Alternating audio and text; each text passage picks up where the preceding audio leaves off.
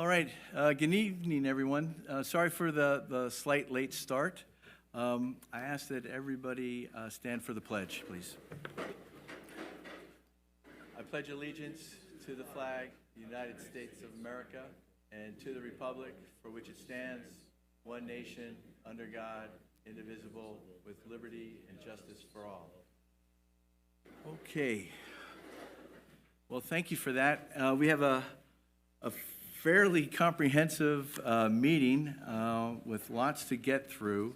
But first, we have the pleasure of a musical ensemble with arranged music highlighting our great, not only instrumentalists, but also our great music department here in Cornwall Central School District. So what I'd like to do is ask Megan if you have any introductory remarks to make before I turn it over to our instrumentalists here. Okay, well, good evening, everyone. Tonight we have a couple presentations by our students, and the first will be our young gentleman over here who is going to lead us in a beautiful opening song with some patriotism. This is Christian. He goes to school here at Cornwall Elementary School. He's in 4th grade, and he's going to play the Star Spangled Banner for us. So if you would please rise for the Star Spangled Banner. And whenever you are ready, take a big deep breath.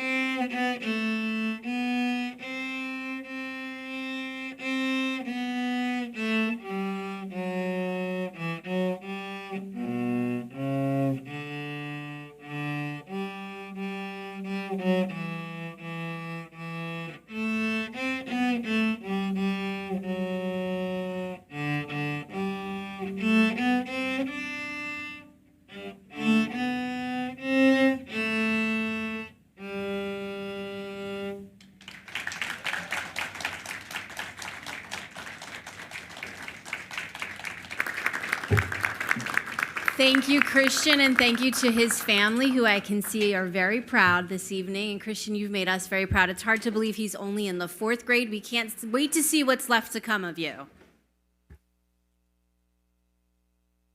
That was just tremendous.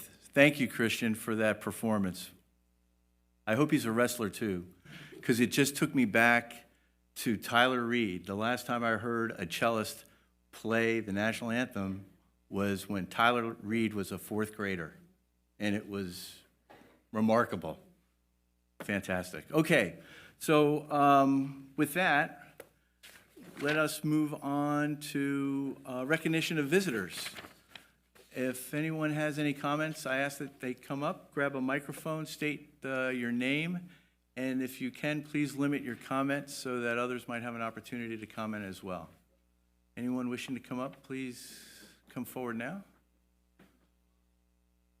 No one? Okay, great.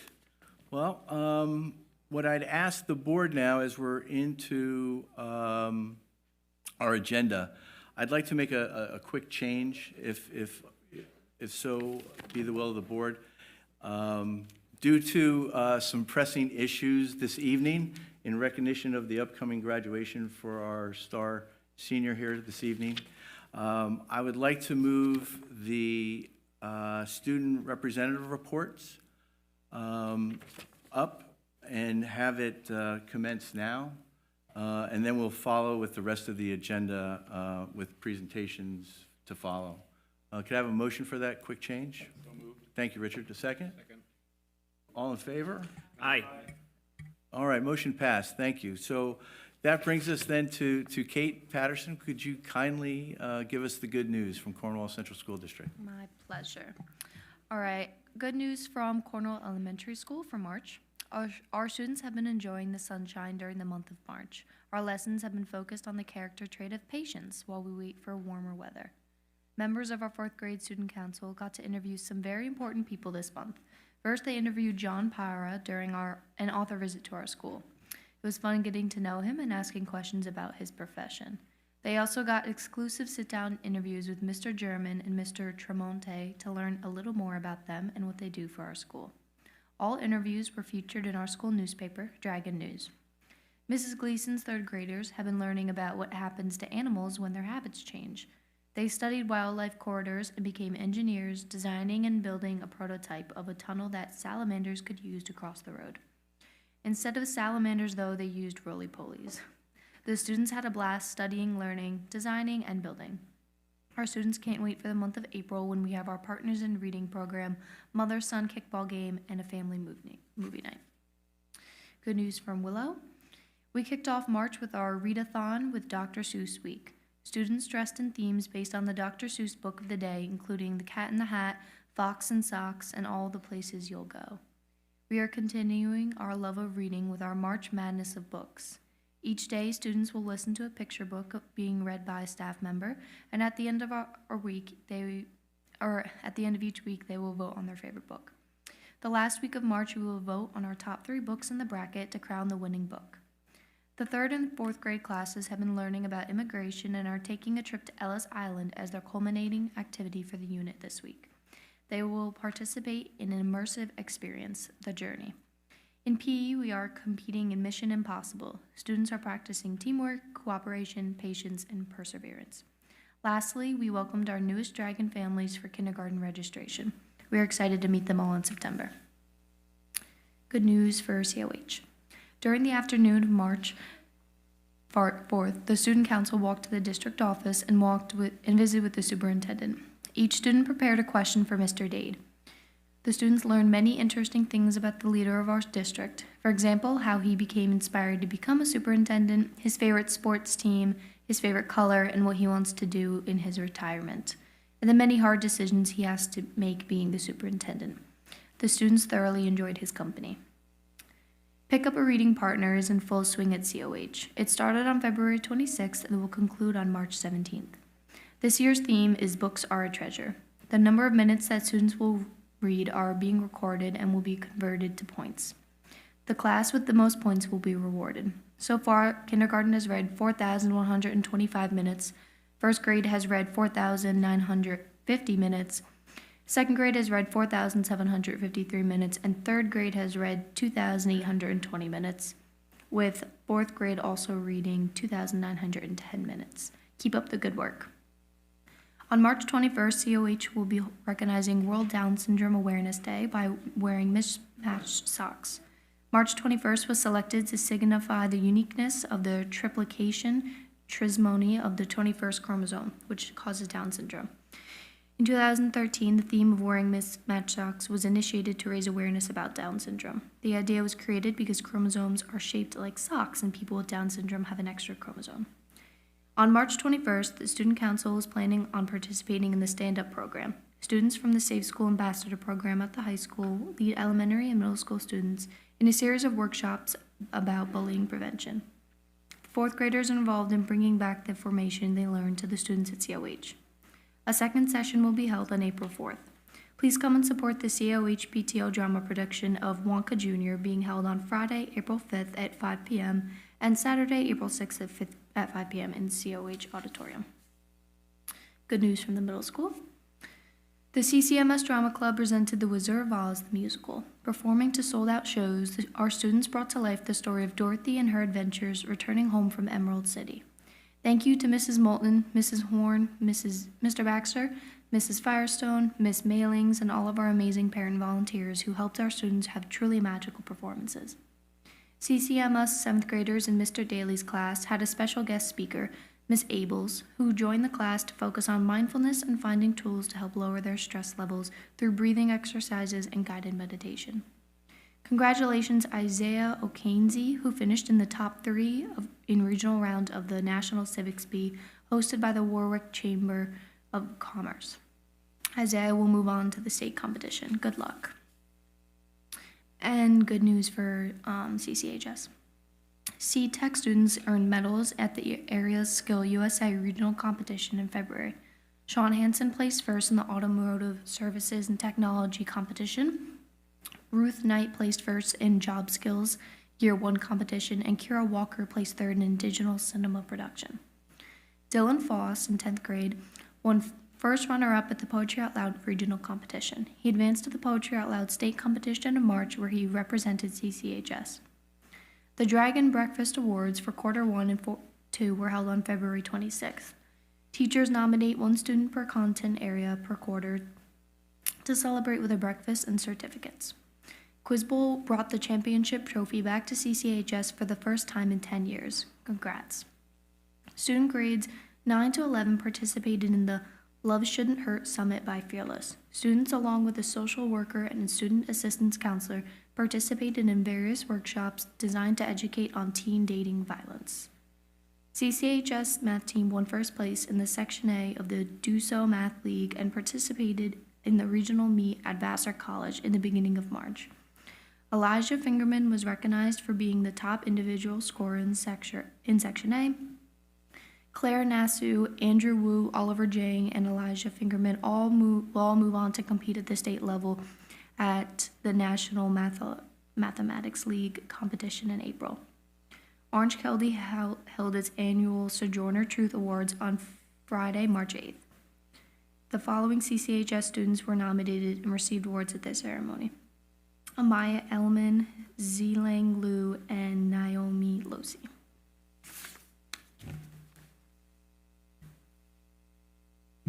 Kate, thank you so much for that good news.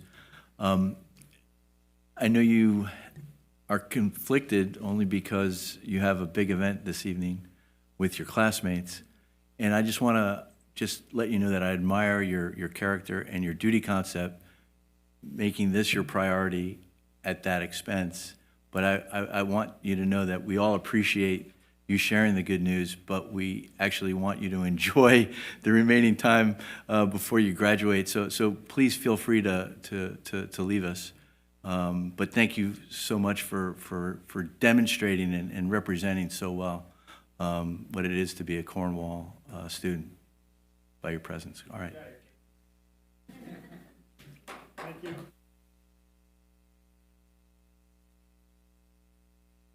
Okay, so with that, I'll go back to the original agenda. We'll just pick up with presentations. And the first one will be Mr. Ravinsky and our music department presentation. Take it away, T-Rav. Thank you. I think I made it when the Board of Ed president calls me T-Rav. Okay, thank you guys so much. I am here just as Music in Our Schools Month is the month of March. I am fortunate enough to be able to talk about our amazing students, and I think that is one of the better parts, more exciting parts of my job. So I appreciate you having me here. And I do want to start off, first off, I will stick to the script because we're all very busy, and I'm going back to a rehearsal that's currently going. So I am going to leave when I am done, but I thank you for letting me be here. And I do appreciate all the administrators putting in to all of their good news, all the awesome stuff that is happening in the music department. We, as a department, we're talking back in January, and we just had a list going, and we're like, I think we really should present all this together as a collaborative K-12. So welcome to Music in Our Schools Month, and I have a little PowerPoint with photos to share as I read through these things. Like I said, I'm going to read in my best radio announcer voice, so enjoy. Here we go. So, all of our musicians performed great at their winter concerts over the past few months. Thanks to all who came to watch, and especially to those parents for continuing to support and encourage our student musicians to strive for excellence. Our second grade at Willow Ave and COH have worked hard at this past fall to compose their own music digitally. The students familiarized themselves with digital audio workstations, as DAWs, and musical samples to create an original piece with titles. A record number of fourth grade band and orchestra students participated in our instrumental recital on March 5th. 118 students performed as soloists or in small groups. The CCMS band was very busy during the holiday season and continued its annual tree lighting performance. Along with this, they played the annual Wreath Across America at St. Thomas of Canterbury in the fall. To pay tribute to the fallen service people who have given the ultimate sacrifice for freedoms we enjoy as Americans. Last month, the 8th grade orchestra and band students visited the high school to learn about the high school program and help with the transition for high school next year. The Love Notes and Treble in Paradise were asked to open for Naturally 7, a professional a cappella group at the Paramount Theater in Peekskill on Friday, February 16th, which is definitely a once-in-a-lifetime opportunity, and I'm proud of those groups. Turn the page. Here we go. The CCHS just had their annual a cappella night, which featured our concert choir, our treble choir, and our a cappella groups. All of these groups started the evening with working with a clinician to polish up their performances for the concert. Our high school just presented in the fall Radium Girls, which is a true story about radium, how it affected everyone's world in the 1920s. The Lee Road PTO produced an amazing performance of Finding Nemo in January, and our middle school students just closed a great production of The Wizard of Oz last weekend. We have 3 more productions, which will be happening in the first 3 weekends of April. COH will produce Willy Wonka, CCHS will produce Something Rotten, and Willow Ave will produce Moana. The CCHS Drama Club was honored to be the first high school in New York State to produce Harry Potter and the Cursed Child this coming fall. I'm proud of this one. I'm proud of all these kids, but this is still mind-blowing to me. I'm scared and excited all at the same time. So this is a big one coming up for the fall. We have had very successful auditions this year, and many of our students have been accepted into honor ensembles around New York State. These students prepared a challenging audition piece and rose to the top of their sections to be honored to be participants of these prestigious ensembles. We have 115 honors ensemble students this year, which is really exciting. And the list I'm just going to go through. We have 1 all-state musician with 3 alternates. I have 3 all-state state band director association musicians, 12 area all-state zone 9 musicians, 30 OCMEA high school all-county musicians 9 through 12, 8 OCMEA jazz all-county musicians 7 through 12, 30 OCMEA junior high all-county musicians, 30 OCMEA elementary all-county musicians. When I was looking through those numbers, I went back pre-COVID and compared the numbers, and we're about the same numbers we were pre-COVID. So the pandemic's still happening, it has effects, but our kids are working really hard, and I'm very happy to see all of those students succeeding in all of those auditions. And then, perfect. Our upcoming performances over the next few weeks still consist of the Lee Road 3rd grade recorder concert, the CCMS chamber concert, and then, as I was just talking about, our junior high school and elementary all-county festivals. So, in conclusion, as always, thanks for your continued support of the arts here at CCSD and noticing the importance that it has for these young adults as they grow up to make the world a better place, period. That was a pretty good time.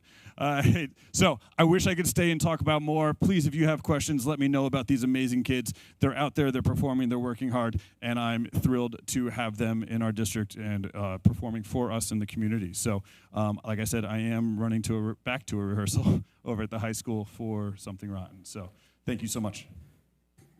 T-Rav, thank you. And please relay to your music department colleagues our gratitude for what you do for the district and helping our kids develop to be the best they can in this important area. Thank you. Have a good night. Okay, so let us then move to next item, which... So just got word, it appears that Mr. Simo had an unforeseen scheduling conflict, so we will have to reschedule that presentation. So we will then move to the next item, which is another spotlight presentation from the Palumbo Group. And I don't know what type of technological changes we need to make on the big screen here. if you could just go to a mic so we could hear you. But yeah, please. Oh, you move the podium too, please. Yeah, please.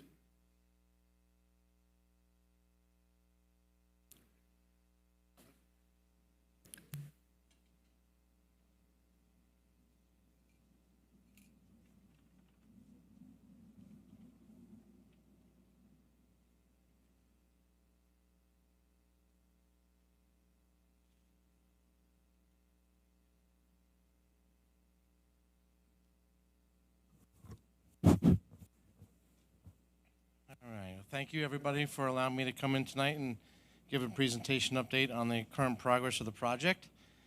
For those of you that do not know me, my name is William Devine. I'm a project manager for the Palumbo Group. You're going to see a lot more of me in Phase 2. I'll be here helping out, kind of getting Scott, who you're used to seeing up here at the mic, is going to be phasing out a little bit. So to start off here, everybody's got we handed out a pamphlet here. I'll try and make sure everybody follows along. If you turn the first page, some of the agenda items we're going to talk about is the Phase 1 status update and the Phase 2. If we turn the page, here are some of the acronyms that we use within the language here. Turning the page again. So some of the current project update that we had at the Facilities Committee meeting on February 12th was a very, very good meeting. We talked about project scope review per phase. We talked about Phase 1 current completion schedule. We talked about Phase 1 history. We talked about the monthly communication tools, reports, owner, architect, construction manager meetings. We talked about Phase 1 bid details, future Phase 2 and Phase 2A. And we also talked about changes to future bids, contract, and construction activities. Turning the page, here's our current phase financials. In the very first column where it says contract, AA stands for abatement, GC for general contractor. The AA is our second abatement contractor, second GC, mechanical contractor, plumbing contractor, and electrical contractor. Moving from left to right from awarded contracted column, these are the awarded contract amounts per bid. The next column over, which explains the awarded change orders, these are what's been approved to date in Phase 1, totaling at the bottom there $84,000, which is only 1.98% of our contingency. Current contract value is the bid amount plus the current awarded change orders. The second to last column is some of the potential change orders. These are we call them potentials because they've been provided to us from the contractor. We are in the process of vetting them out to make sure that they are valid, needed, and things like that. So there's a potential additional change orders of about $40,000 coming down. And then some of the contract status, who's still working and who's closed out at the moment there. Any questions on the Phase 1? I did hand out also a schedule to everyone. It's a single-page schedule. It's the one with the red in it to kind of explain to you guys where we are with Phase 1. I know there's been a lot of questions on what the progress is happening. We've gotten a lot of work completed over the winter break, where it was very successful. Every contractor was in here. We got a lot of work done. On that schedule, the red is the completed work. So you can see that half of the outstanding work that we had a month ago is been completed, and we hope to complete the majority of the work over this coming spring break. A few items that we did talk about that were going to happen outside of spring break, which is the upgraded electrical service. We've decided with the district to not take any chances in interfering with the day-to-day school and do that trench work over the summer with the electrical upgrades. The other thing that's going to be weather dependent is some of the parging and regrouting on the exterior brick. We're hoping to get that done over the spring break, but it's very weather dependent. And lastly but not least, that's going to extend past the spring break. We're going to start the Willow Avenue loading dock during spring break. We're going to do all the demo, all the loud noise work while kids are away. We will most likely be putting things quietly back together the following week and possibly the week after. And that's so after spring break, we're going to be looking extremely well. There's only those 3 items left that we're anticipating at this moment that will be uncompleted after spring break. So hopefully our next board meeting we can close out phase 1 successfully. Any questions in regards to phase 1? Go ahead, Brendan.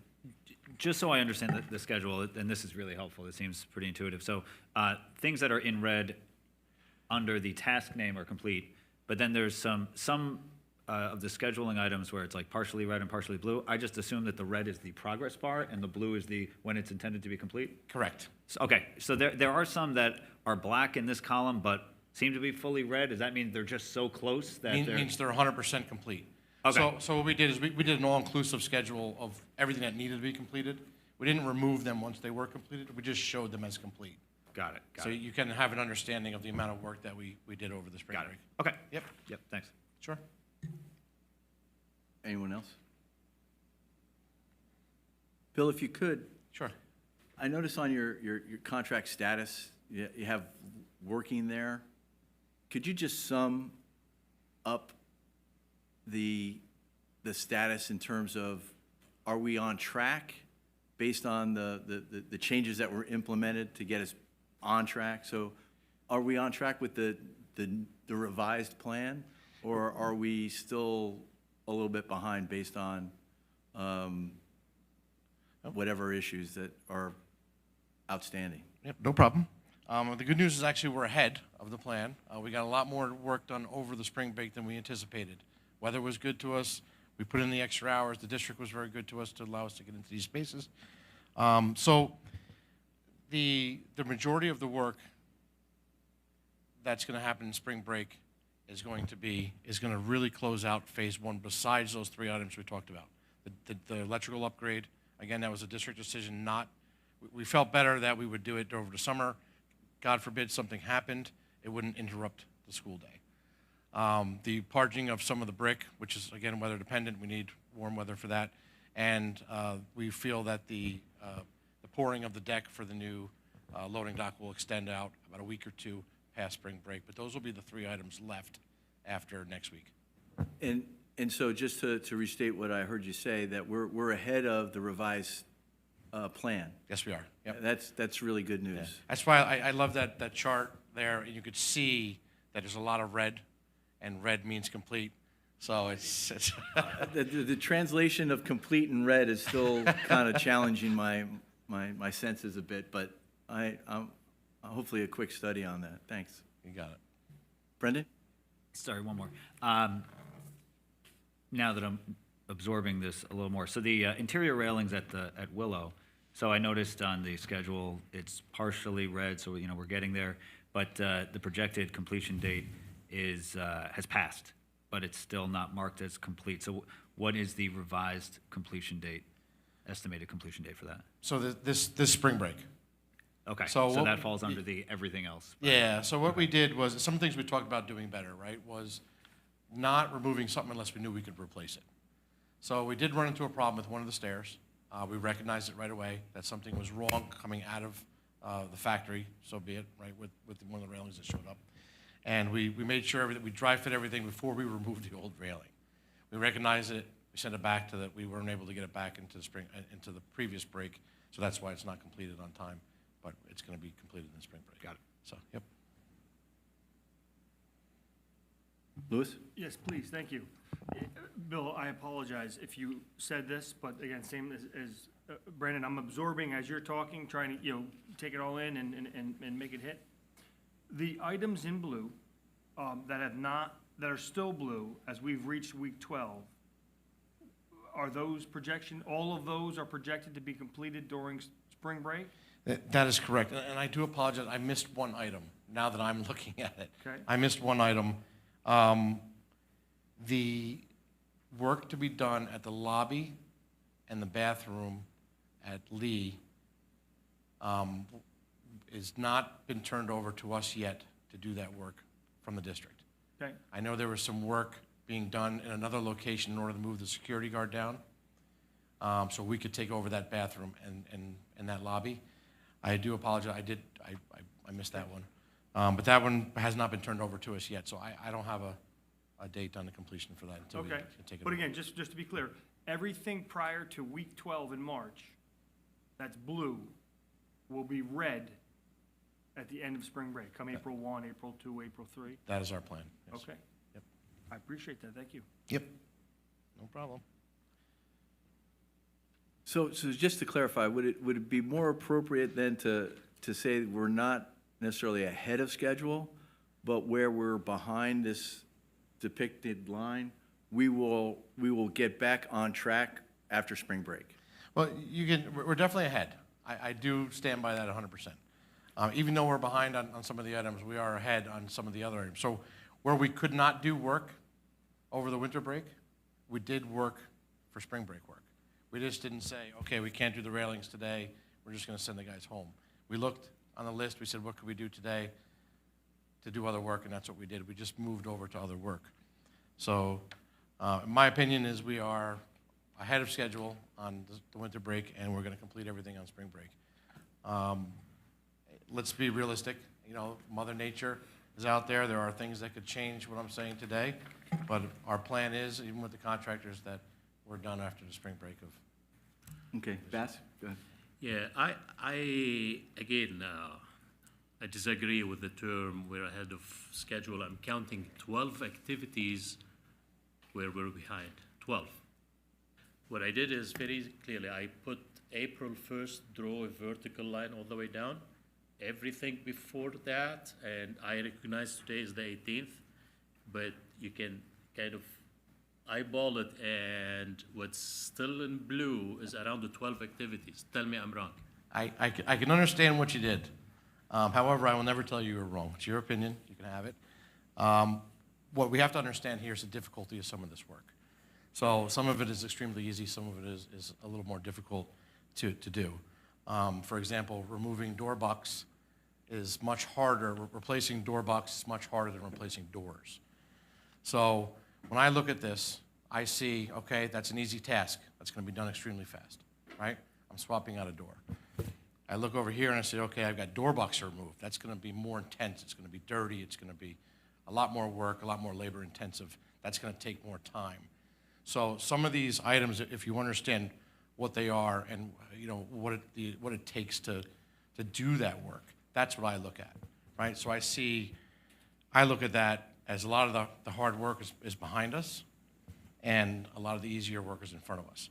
So even though that the blue line might be longer, it's faster to complete that work than some of the other work. I'm not sure if that makes sense or not. With all due respect, what you just said is very subjective. I mean, when we look at these Gantt chart like this, we have to be objective, not subjective. This Gantt chart doesn't have to be subject to different interpretations by different people, by whoever drafted it and whoever is looking at it, reading it. Again, I'm saying this with all due respect. I'm just talking technicalities here. I've seen Gantt charts before. I know how to read them, and that's why, again, as you said, my opinion. I understand, and please ask away. I can do my best to explain. These schedules were built for the contractors. You know, I can do better. I'm to try and get something to you guys that was a little more receptive, but yeah, these were built for the contractors. So I kind of opened up this kind of can, and so let me see if I can close it. So, and I appreciate all the comments that the board has shared, and Bill, I appreciate your feedback or your thoughts on what you've been asked. Would it be fair, instead of saying we are ahead of schedule, that we have not encountered any items that have put us at risk of not being completed by spring break? Because I don't want to get into the semantical thing, but if in a Gantt chart, if you say it'll be done by week 11 and we're at week 13 and it's not done, it's hard for me to think we're ahead of schedule, semantically speaking. And I'm not a linguistics guy, but just from a common sense, reasonable man theory perspective, if we're on track or behind, these terms are somewhat subjective, but what's the key thing of all of this is, are we at risk of not getting this done by a certain point, which is, at this point, as I understand it, except for those 3 items that you've enumerated, spring, or 4, I'm sorry, yeah, there were 3, now 4, by spring break. So we should have a good feel, and the general mood should be, things are progressing with all the challenges, still in a way that does not put this overall phase that's been revised at risk. I feel like I'm being asked the same question 5 different ways to change my mind. I will not change my mind. I feel very comfortable today that, again, we are a little ahead of our schedule, and we have no issues today telling you that we feel that we'll complete all those items by the end of spring break, except for the 4 that we discussed. Okay, I'm not gonna go on. We could go on all night on this, but any other questions regarding this? We have some other pages to cover. I think we're on page 2 of the presentation. I'm looking down here, and some of the red items, right? If you look at, if you go to the bottom, and you can see that was supposed to be done in April.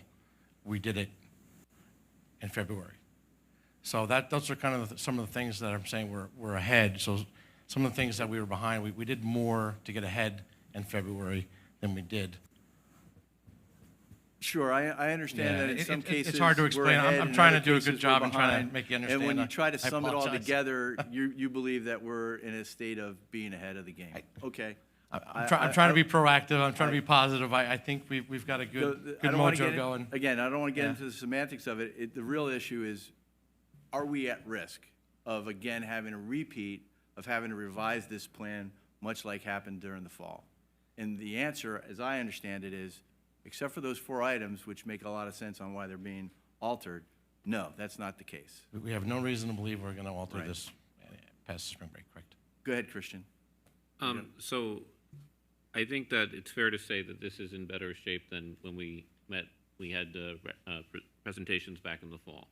And I think that's a positive trend, that it seems like this is closer to what we would have expected. I wouldn't expect, as a teacher, I've been in schools, I know there's a lot of things that happen, and also the fact that the school's running keeps some things from happening because of the limitations on time that you have during the summer. So while I understand exactly what Bass is saying, because, Gantt charts, and, we've all seen them and had some experience with that, it seems like we're in much better shape, and I appreciate the effort, but I think we also have to commit to making sure that we don't just rest on our laurels, that we keep going forward, and I think that's what we all intend to do. No, I appreciate all. I understand the past. I know where we've been, and we're trying to make it much better, and we're putting every effort in to get us past that finish line. So, Bill, I think we've covered that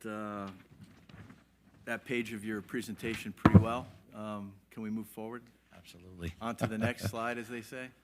Well, hopefully phase 2, I think this is all good news. We had a very, very successful bid opening this past Friday. Starting off with you can see the field on the page, phase 2. If we turn that page, we have factors continuing to influence construction. We just want to keep the reminder out there that, again, we had a very successful bid opening. We were under budget. We'll talk about that in a second. But some of the things we want to discuss with the board is that the summer of 2024, we are 7 weeks shorter this summer than we were last summer. So we were very conscious on the amount of work that we applied toward the summer this year to make sure that we can get it done and turn it back over to the school district. A couple of those things are, for example, at the high school, the tennis and the parking lot there will be turned over in 2024 at the end of the summertime. Manpower, we're still dealing with some labor shortages, according to some of the labor that we're talking to. Materials continue to be a problem. We vetted out some of the contractors as early as this morning and talked about some of the lead times. Mechanical equipment is still about 8 to 9 months out. Some aluminum type items are still out there, but things seem to be getting better as we go on. Electrical is another one. The good thing, we're looking at the wire right now, but we don't have too much that's going to affect us as far as the electrical. We don't have any sub-panels or anything like that going in. And some of the camp locations that we discussed here, There's no camp locations happening at COH or CCMS. And then some confluence of extraordinary events, again, here in the bubbles, just some of the things that can affect us. Like I said, some things we can't control, especially one of them is Mother Nature, especially when doing a field and a lot of outdoor work. We do plan this into our schedule. We do take note of some of the makeup days in case it does rain for a week. But all right, moving on to the next page, the Phase 2 schedule. I have questions. Yep, sure. Yeah, this bubble diagram, production delays, labor shortages, aftermath of pandemic. Can we elaborate a little bit more? I mean, what's your current understanding of labor shortages? So labor shortages is something that we are getting feedback straight from the supplier and the manufacturer. For example, we get notifications from the supply houses. Most recently, we got something about bat insulation, right? Either a factory had closed, now the entire demand is on the other 4 factories. Something happened. The demand for construction right now in the United States is really high, especially with schools. One of the things we discussed is that, to give an example of all the schools in New York State that are doing work right now that we're competing with, there were 900 applications, I believe, in front of us when we submitted this project. 900 applications, and that's schools throughout New York State. Kind of gives you a broad perspective of how much construction, just in the school industry, that's happening. So when you have that high demand, the labor shortages, again, this is just something that we're being told by the manufacturers that they're having issues with. And again, the demand is just high for a lot of the materials that we're using. After the pandemic, another example is mechanical equipment. Every school, every building is upgrading their mechanical equipment, right? To MERV 3 filters, to better air filtration. The grants are flowing out of New York State, and they have been, right? All the grants that we were receiving for mechanical, everybody's upgrading mechanical. So again, it puts a major load on and a demand on the factories that are outputting this type of equipment. So laborers, I mean, where did the laborers go? They just disappeared everywhere. I mean, It's I don't think they ran off anywhere. Again, if you have a factory 3 years ago that was producing, say, 20,000 air handlers a year, but now the demand is up to 80 air handlers a year, there's got to be more manpower that's demanded to work a second shift, to work a third shift, to kind of keep up with the demand that's happening out there. And what we're being told is that manpower is not being found to produce that, and which, again, is a trickle effect of the supply not being able to supply as fast enough because the factories can't keep up fast enough. So it's not the local labor force here doing the work, it's procuring the products that you need. It's the labor force elsewhere that's not making correct. the products that we need. That's correct. We got all the laborers you want to install, all the tradesmen you want to install it, but This is a global issue, yeah, not a local issue. I mean, even global, I have a hard time understanding this. Like, it's kind of like now an excuse for everybody. Every time you squeeze somebody into an answer, I mean, please give me an answer, they blame, COVID. They blame Ukraine. They blame, now we have no militia, the Houthis, right? I mean, shutting down the Red Sea navigation. Why do we try to blame the whole world rather than kind of getting to the bottom of what it is? I mean, the construction is kind of booming in the United States. I'm not seeing it. Where is it? I don't know. I'm not a politician. Yeah, I mean, I so- can't. I'm That's- sorry. Maybe in all seriousness, not to get on a side one way or the other, I can tell you that in Ukraine, cast iron here in the United States, ductile iron pipe in the United States, the pig iron that's used to make that pipe, most of it comes out of Ukraine, and you can't get it anymore.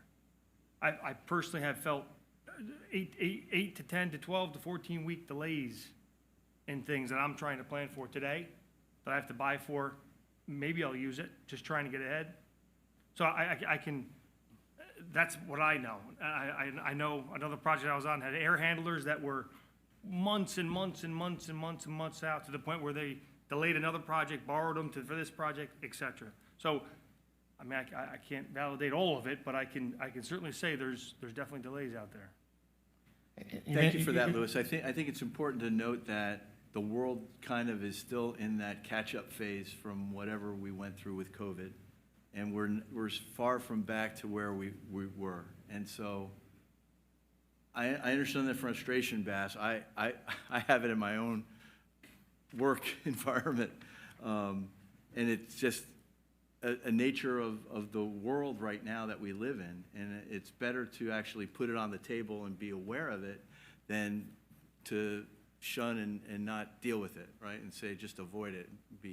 So I appreciate, Bill, you putting these things on, but the ones that you're showing here are the items that are, as you call them, extraordinary events. They're really the events that are beyond our control. Correct. And that's what I think is important to recognize. First Christine, and then Christian. And I think, I would say I don't see these as excuses. These are facts, right? I think the challenge before you and all of us is that, to your point, we have 7 weeks this summer. So how do we ensure that we're placing those orders ahead of time for these things, that we're planning for those labor shortage locally as well as, out there? Because we know this now, but in October, I don't want to hear this is the reason things didn't get done. I don't think any of us do, right? So I think that's really now, we've identified all this, so now how do we plan knowing this, right? Because I don't debate this is the reality, but we got to get ahead of that. No, I appreciate the question. And again, these are just for awareness. We're not saying that these are excuses. They're not. We just want to make sure that, in case something comes up. However, we did plan for this. So what we did is, again, we talked to the manufacturers, we talked to the suppliers. We get letters from them, right? That if they get a letter from a manufacturer, like the most recent one is Bat Insulation, they send it out to everybody. It's just a mass email. So we kind of get this stuff as spam, I guess is what you want to call it. So talking to the industry, we do a lot of projects, right? We're not a small company. So we feed off of the other projects that are out there. What's happening, right? I'm talking to other project managers. I'm talking to the owners of the companies. What are you seeing out there? And we meet 2 weeks as a company, and we kind of discuss what are these things, right? What do we got to look for? What are we watching? Who do we got to call? So when we built this schedule, and one of the things we discussed in our facilities meeting was, I'll give you a good example, is we're going to have some downtime in the locker room, because we know we're going to be able to get in there fast. We know some of the things that we don't need to procure materials for, right? Abatement, demo, things like that. Ceiling tiles, very easy to get. Lighting fixtures, very easy to get. Block, things like that. We're going to be able to put all this stuff together, but we have mechanical equipment in there. So when we sit down with our contractors after bid, and today we did 2 qualifications. We did one with an electrical contractor and one with a mechanical contractor, and we discussed these things, and we say, hey, what's the current lead time? That's how I know today, if we ordered mechanical equipment today, this mechanical equipment, it's an 8 to 9 week lead time. I know that because that's what I'm told. So we have, if you look at our schedule for phase 2, you see a gap in there, and you can actually see us installing the equipment in February because we anticipated that happening. Bill, that was a great segue to that next slide, but let's go to Christian first. Sure.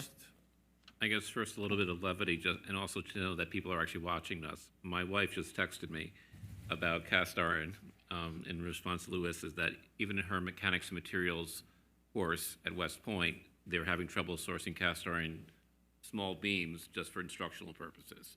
So this is even a smaller thing and just what Louis was talking about. But what I wanted to ask about was to clarify that when you talk about labor shortages, these are labor shortages in production, not labor shortages in installation. Because what I've heard from some people, and maybe you just can confirm or clarify for me, is that public projects require union contractors for these things, and there's a retirement of a lot of that labor force as the baby boom generation is reaching that thing, and so they're actually seeing fewer and fewer in that. Is that what you're seeing, or is that, I know when I worked at BOCES, they closed the plumbing program not because there wasn't a demand for plumbers, but they couldn't even find students in 17 high schools to fill one plumbing class at a BOCES. And I'm wondering if that's what you're seeing too in some of these areas, and what areas in particular you might seeing the greatest shortages in like carpentry, plumbing, HVAC, et cetera. I don't know if I can specifically nail it down to a trade, but, and again, I don't want to get into the politics of things, but you're absolutely right. One of the things that we're seeing, and in school districts as well, is a lot of things are being built with mechanics, robots, right? We're now building 3D things with 3D machines.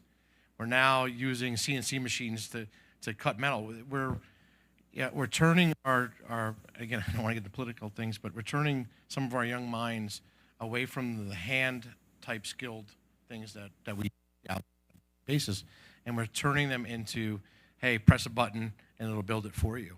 And I think you're right. I think that generation, and we're not seeing skilled labor come in, as a youth anymore. And what we're kind of seeing is, people are just, they're still working and they're hitting retirement and they're leaving. And the shortages in what we could tell in the unions, because we can count them, right? We know how many union members there are. There's more people leaving than there are coming in. And that's kind of a problem for many reasons. Have you been running into any of those in any particular areas that are shorter than most? So in particular, yep, we had an issue with a contractor out in Goshen who we needed carpenters, right? We had 4 carpenters on a job. It was a very big job. And we wrote letters and we did everything else. And it happened to be a PLA. So we went to the contractor and said, "You need more labor, you need more carpenters." He says, "Well, there's guys on the bench and they don't know what they're doing and they're going to send them to me and I'm going to pay for guys that don't know what they're doing." I said, "Well, they're the union, they guarantee you labor." So we called the union ourselves, and sure enough, there were 4 carpenters sitting on the bench, able to be picked up for work. When someone picked them up, there's nobody else left, right? So you can call them all you want, but if they don't have the labor to give you, you're not going to get it. The option out there that PLAs are starting, again, I don't want to get into politics of things, is we're starting to write project labor agreements where if the unions cannot provide the proper labor, the contractor has a right to hire non-union labor. That's getting written into these PLA agreements because of the issue that they can't supply labor. And I'm not trying to, again, talk about the labor unions and things like that, but those are some of the things that we're changing in our agreements. We're seeing this happening. And just to add a comment to that, and before anybody gets the idea of, wait a second, let's go non-union because it's cheaper. It's not so much that you have to hire unions to work for public funds as you have to pay prevailing wage to work for public funds. So when you, under a PLA, a project labor agreement, if you decide to go non-union, which you have the right to, you still have to pay the same wage as the carpenter, the electrician, the tradesman in the other building. So it's not like you're going to save. There's a truckload of money somewhere that we can peel off. Yeah, prevailing wage close to union wages right now. Yeah. So Bill, phase 2 schedule, do you want to move to the next slide? Yes. Please. So I know there was a gentleman who asked me last meeting, or may have asked Scott if there was a working construction schedule, and I ran out of trees today, so I do apologize. I was able to make 1 copy. I think that was you that asked for somebody asked for a construction schedule at the last meeting. Is this a presentation of a gift? Yeah, yeah. I mean, everybody could share it. I was only able to print out 1, but we're talking about construction schedule, so I wanted to. Yeah. Again, I do apologize. I ran out of trees. What I get. Okay. So phase 2 schedule. We obviously, you see the red check mark there on that page. We did receive our SCD approval on February 15th. We immediately went out to bid and released our documents on the street on February 19th. Bids were due March 15th, which is this past Friday. We had very successful numbers. I do have a chart on the following page. We'll talk about those numbers in a second. But what we're going through right now is we're qualifying these bidders, and I'll give you a quick example of what that means. So all the low bidders, and if they're close enough, if the second low bidder is close enough to the first, we bring them both in.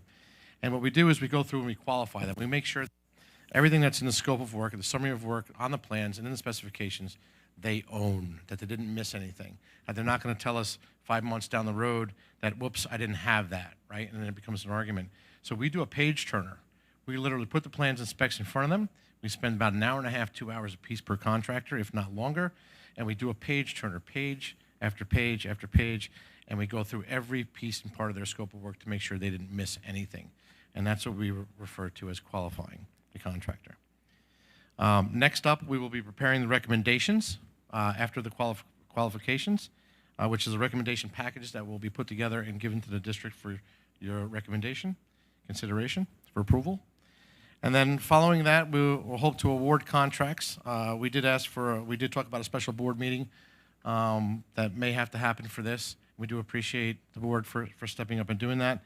Again, time is sensitive, right? And we know that, so the faster we can get the awards out, the faster we can put a shovel in the ground. Bill, thank you for highlighting that. Just to manage everyone's expectations, when do you believe you'll be done with the qualification and have a recommendation to provide? I'm hoping to have everything into the district's hands by no later than Friday morning. If not, Thursday afternoon is our goal, but it's very lengthy to go through this. We've done 2 out of the 11 so far, and we're working on it diligently to get it to you. So can we do that on Friday? Friday. So just quickly, just show of nods, heads. Are people available on Friday if we get through this work to have a special meeting sometime in the afternoon or early evening? Bass is not, okay. So that's 2. We just need 5, I guess. It depends on the time. I might be, later would not work, later in the afternoon. What's later? 4? After 4? Yeah, probably. Okay. It's my birthday, but I'll be there. Okay, so I think we have enough coverage, so in the event that we're able to have a recommendation to act on, we can act that day. All right, thank you. No, thank you. I Continue. appreciate that. Okay, next, moving over to the next arrow, we talk about the athletic stadium. The schedule for your athletic stadium, we're hoping to break ground in April this year, obviously 2024, and then turn it over June of 2025. I just want to throw out there, one of the reasons of the date here, June 25 to turn over, is the track coating. Just in case there was a question, I want to put it out there. I want to be very transparent. The track coating has a temperature range that it could be installed. We don't believe we're going to hit that temperature range. Not only is there a temperature range, there is a curing period that has to continue with that temperature range, and I believe it's about 50 degrees and rising. So we looked ahead, we prepared the schedule, we talked to our consultants, and we do not believe we're going to be able to do that this fall. I think it's just way too short. So one of the reasons why the stadium is going into the following year. All right, COH, our work there planned starts in July and ends in August of 2024. At the middle school, we plan on starting in July 2024 and turning the space back over in April of 2025, excuse me. And high school, we plan on starting the work, if accepted. This is actually the alternate work inside the lobby. If you do choose to accept, it'll start in July 2024 and be turned back over April 2025. Project closeout. We plan on starting project closeout in spring of 2025, and final reports, cost reports, we're hoping to have back to you and ready summer of 2025.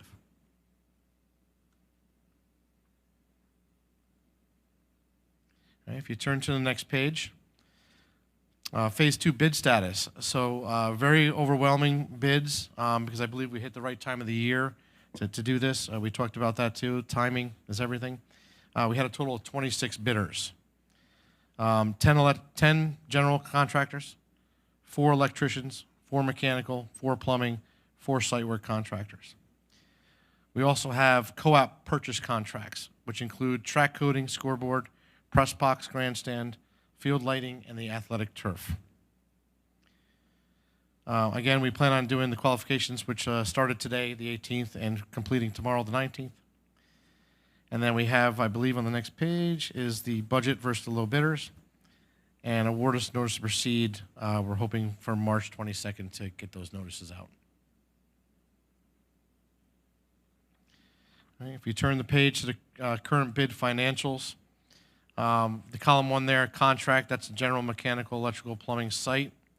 To the right of that first column, the low bid. So that's the actual low bids that we received for each contract that we're hoping to award. The next column over where it says high school alternate lobby. These are the alternate numbers that the board has to choose if you choose to do so. The next one over at the high school is the alternate, is another alternate at the high school. That's the parking lot that's outside for $47,000. Next column over are the co-op purchases we just discussed. It's the traffic surfacing. We have a number at $431,000, field lighting at $516, athletic turf at $778. The scoreboard, we're under our budget right now for this, not by much, but about $100,000. The press box and grandstand totaling just a little over $1 million, which we're happy to say we are under budget. So on the very bottom, I tried to simplify it the best I could. The first row there where it says grand total base bid plus co-op, that's your minimal scope of work that we need to accept on the base bid portion of things, which totals $11,121,000. The next row down would be your minimum plus your alternates, if you choose to accept them, at $11,483,000. Third row down would be where we are under budget if you are just to choose the base bid items, which we're roughly around $622,000 under budget. If you choose to accept the alternates with your base bid, will leave us with $260,000 under budget. Any questions on that? Go ahead, Bass. Yeah, here, just looking at those numbers, and they are, again, characterized by being the low bid. How are you making sure that low bid translates to competence and performance and? So that's part of the qualifications we discussed, right? So we take the low bidder, sometimes the second low bidder, those numbers are really close, and we sit them down. That's the qualifications that we're doing today and tomorrow. And we literally spend as little as 2 hours, if not more, with each contractor, and we do a physical page turn. And we make sure that they have every piece, every scope of work, every piece of equipment that's in those drawings, they have covered in their base bid. By going as like first shot is, let's take the low bids, you excluded the high bids. How do you make sure that you didn't exclude the good people? Okay, so Wick's law, unfortunately, you have to accept the lowest bidder, lowest responsible bidder. I rephrase that. That's the law. So what we do is we make sure the lowest bidder is responsible. If we find he's not responsible, right, we do background checks on them. We do entity searches on them to make sure they've been in business for 5 years. That's the minimum requirement here by the state. But Wick's law requires us as a school district to accept the lowest responsible bidder. We cannot choose who to hire. How do you make sure that the low bidder doesn't have a strategy of, I'm gonna low bid, I'm gonna get the award, then I'm gonna make my money later down the road with change order after change order? Because we spend more than 2 hours if we have to, making sure he's got every piece of scope and he admits to it. We record it. Not only do we record it, I take notes during this meeting and I make that person sign them. So we go through and we make sure he's got everything that those drawings and specs are telling us to build your project, and we're making sure he agrees that he has everything in those bids and specs, that he's not missing anything. Now, we're not saying unforeseens happen, right? That's the majority of where your change orders come from. It happened to us in phase one. We opened up a wall in a bathroom and discovered many, many things that we didn't want to find, right, that set us back. But we do our due diligence to make sure that the architect's drawings and specs and our summary of work is covered, and they agree that they have it included in their base bid. Thank you. Yep. Hey, Bill, just Bass hits an interesting point. How far off were the covers to the low bids? And were those numbers anything that would represent a possible risk to this condition that you've that we'd be within budget in pursuing phase 2 right now, based on what you've seen? Good, that's a very, very good question. I actually have another document, and again, we just opened up bids on Friday, so we're trying to do our best to prepare you guys for tonight. I'm gonna put together a much simpler column, right, chart that shows you where our budget number was for that trade, where we hit, and what the difference was. Believe it or not, some of these contractors came over budget in their bids, and per our lines, some of them came under budget, which gave us the ultimate savings. But yeah, we do have one contractor, one plumbing contractor that is half of the other 4, literally. And we haven't vetted him out yet, but that's one contractor that we are looking at very closely. Thank you. You're welcome. Anyone else? So please continue, Bill. Thank you. Well, thank you guys for your time. I'm going to turn the mic over to Jim from Tetra Tech, finish out the rest of the presentation.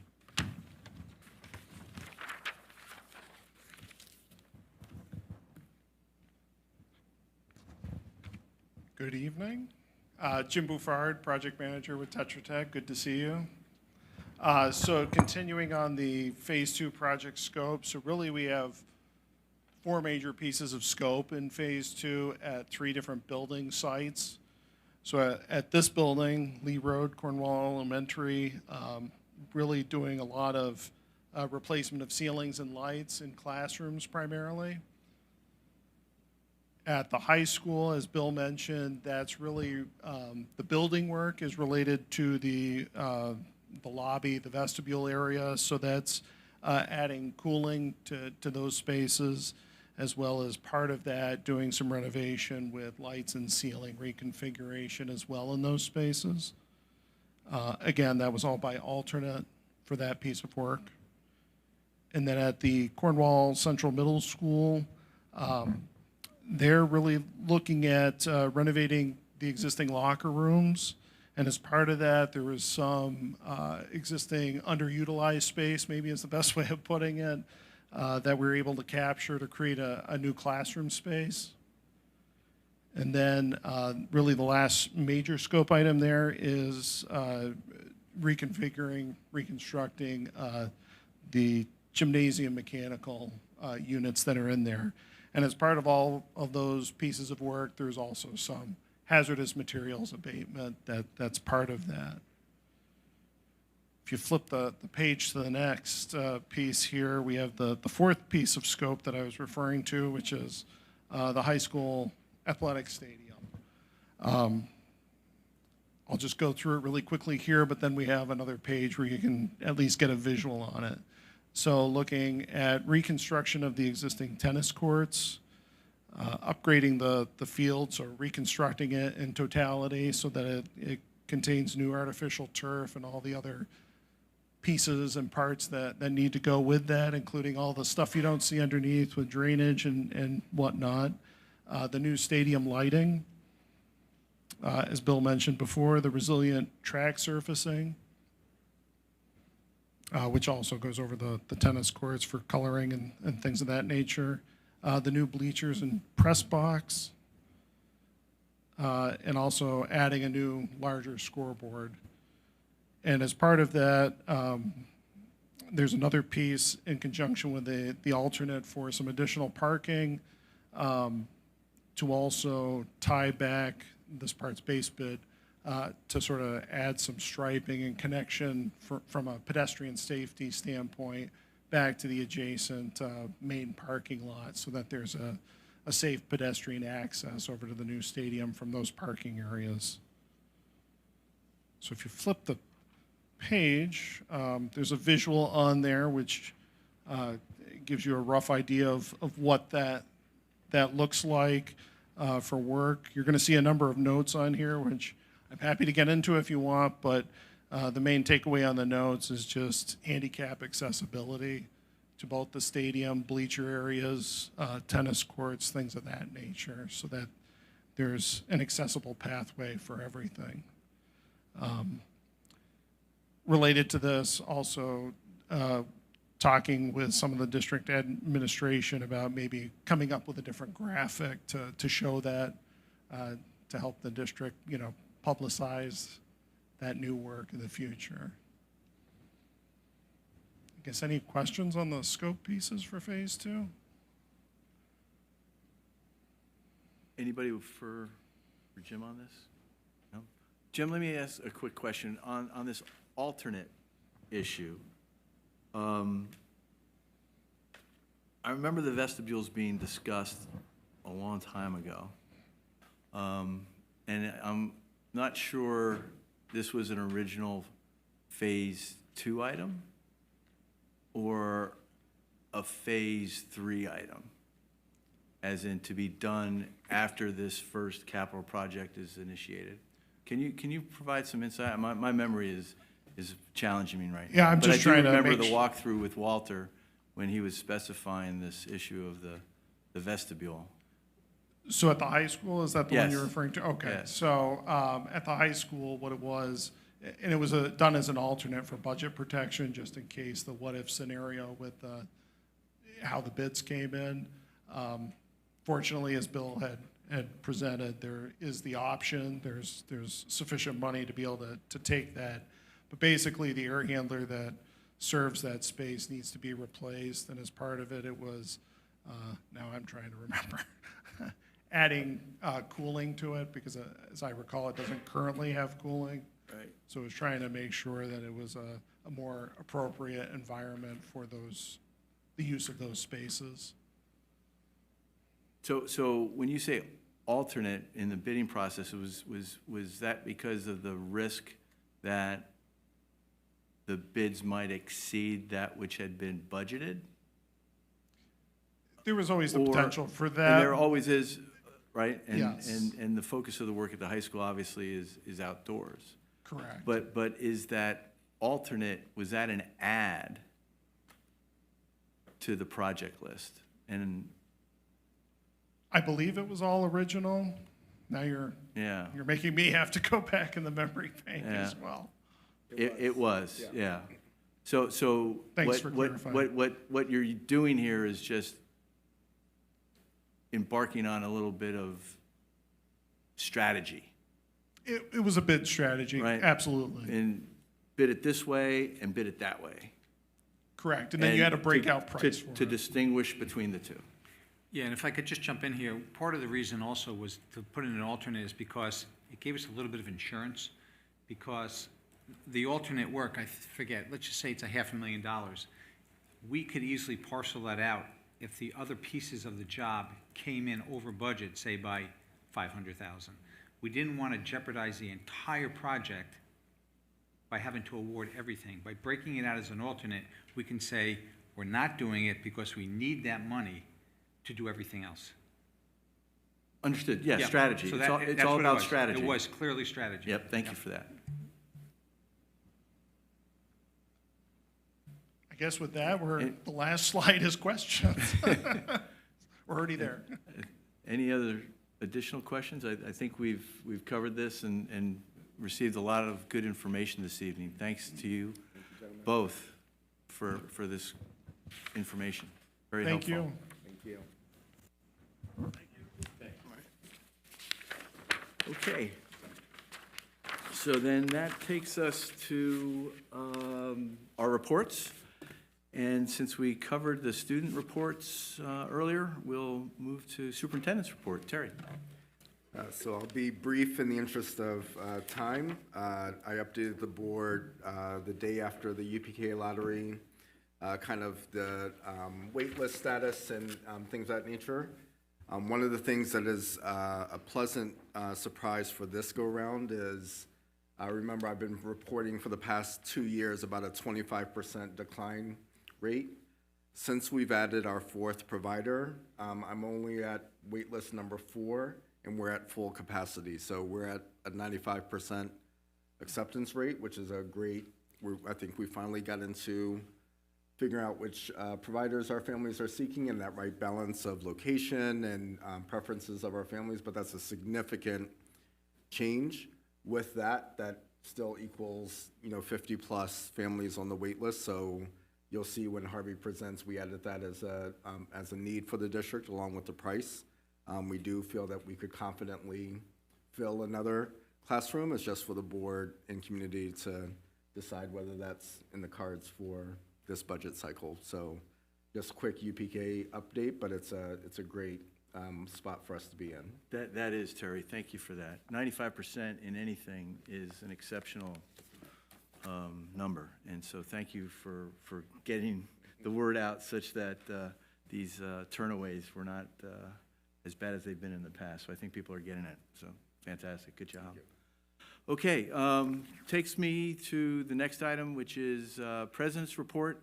I will, in the interest of time, I think we've a little bit longer than had anticipated on the evening. I will just reiterate what I've said before in regards to making progress on our board goals. I think we're making good inroads on the survey that will be coming out.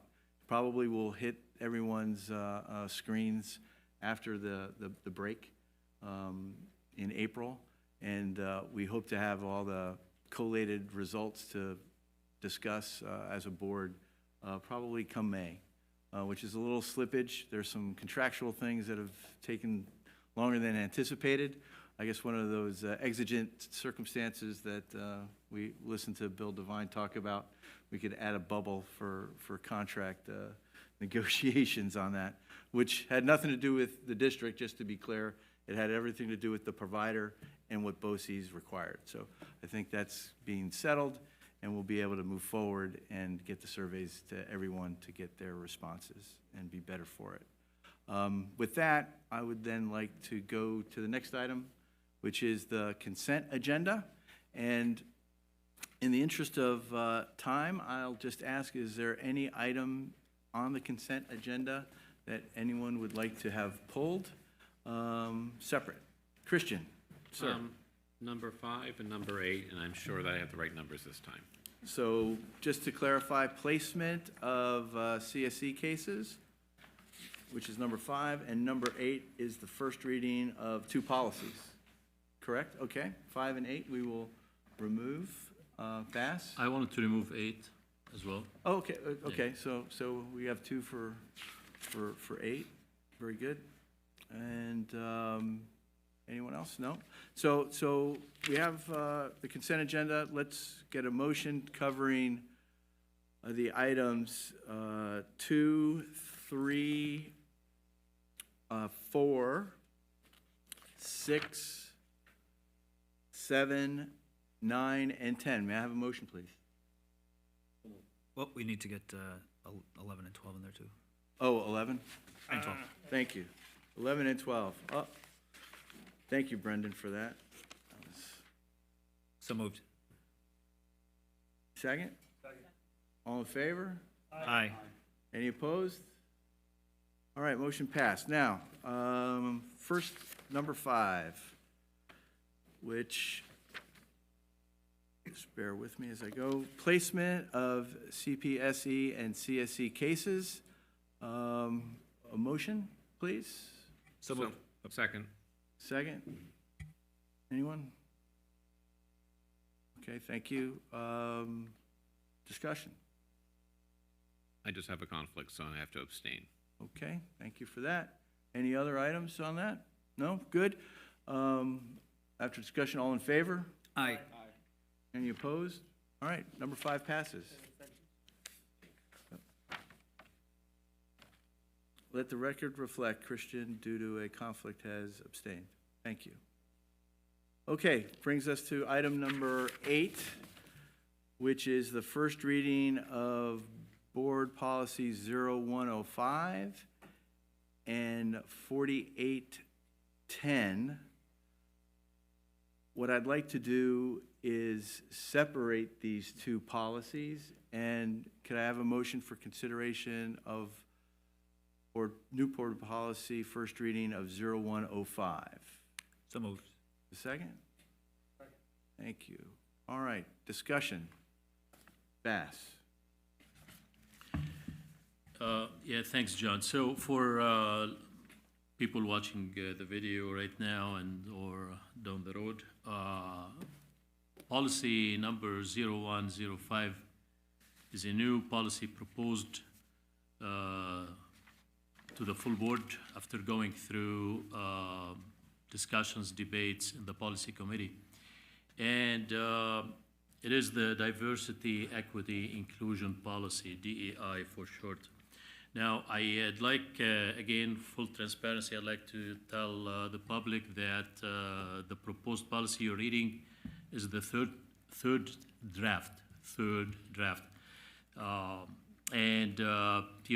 draft, discussion, then when another draft, again, more comments, discussion. Third draft is coming to the floor right now, but I'd like everybody to know that there are 4 members on the policy committee. We voted on this third draft, and the result was 3-1. 1 against. I was against it. And let me tell you why. First draft, a lot of comments. They were implemented. Second draft was much better than the first draft. First draft didn't look, it was a good, lot of effort put into it, but didn't everybody, there was unanimous agreement that it did not sound like a policy. It sounded more like a report, So second draft was huge improvement. Third draft, again, huge improvement, but I had 2 comments that I shared with everybody, with the committee, and I made it very clear. I thought those 2 comments are very important to me if I were to approve the policy. And those are my comments. Like in the policy, there's a part that's titled Accountability, Transparency, and Review, and ended with this following statement. That's what we're proposing tonight, right? What's proposed tonight. The statement says the superintendent will regularly report progress on the equity, inclusivity, it should say inclusion, and diversity, DEI, plan and outcome. So what kind of struck me is the term saying regularly report. Regularly report progress. The superintendent will regularly report progress. My comment was this may well turn out to be not the best use of time for the superintendent and the board alike. I'd like to see a more precise language as to what is meant by regularly. For instance, what is the frequency of such an effort? How many total hours from the superintendent time would be spent in an academic year, et cetera, et cetera, et cetera. I made that comment, and there was an email. Now you can foil emails. You can check every single word I'm saying right now. I was very clear. I said, without having this kind of clarity, I can't approve, right?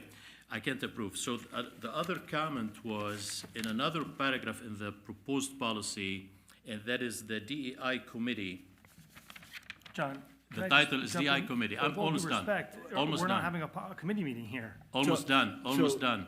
Almost done. So Louis, I understand it's not a policy committee. They've already met, and it sounds like they've gotten to. We're arguing the case of one Well, person. We're not Yes, arguing. go ahead. We're I not don't think we're arguing anything. I Well, just think want the we're public giving- to know exactly yeah. what happened. We're giving voice We're not arguing. to a dissenter, which as a board member, I think we owe each other the opportunity for, if we dissent, to be heard. And so I think that's part of the whole DEI initiative, right? Give people voice and let them be heard. So Bass, I understand we have a lot of other things to get to tonight, and this is only the first reading, but. The challenge of this road is now someone feels obligated to defend their position, and we get stuck in this spiral of a policy meeting. And part of, I guess, my role as the overseer of this meeting is to kind of manage that process. So I appreciate the heads up that don't let it spiral out of control. My objective is not to, but I do want to give voice to Bass to understand the reasons why he's objected to this current draft. So please, Bass, continue. Thank you, John. I appreciate it. And thank you, Lois. Thank you. So I was almost done, as I said.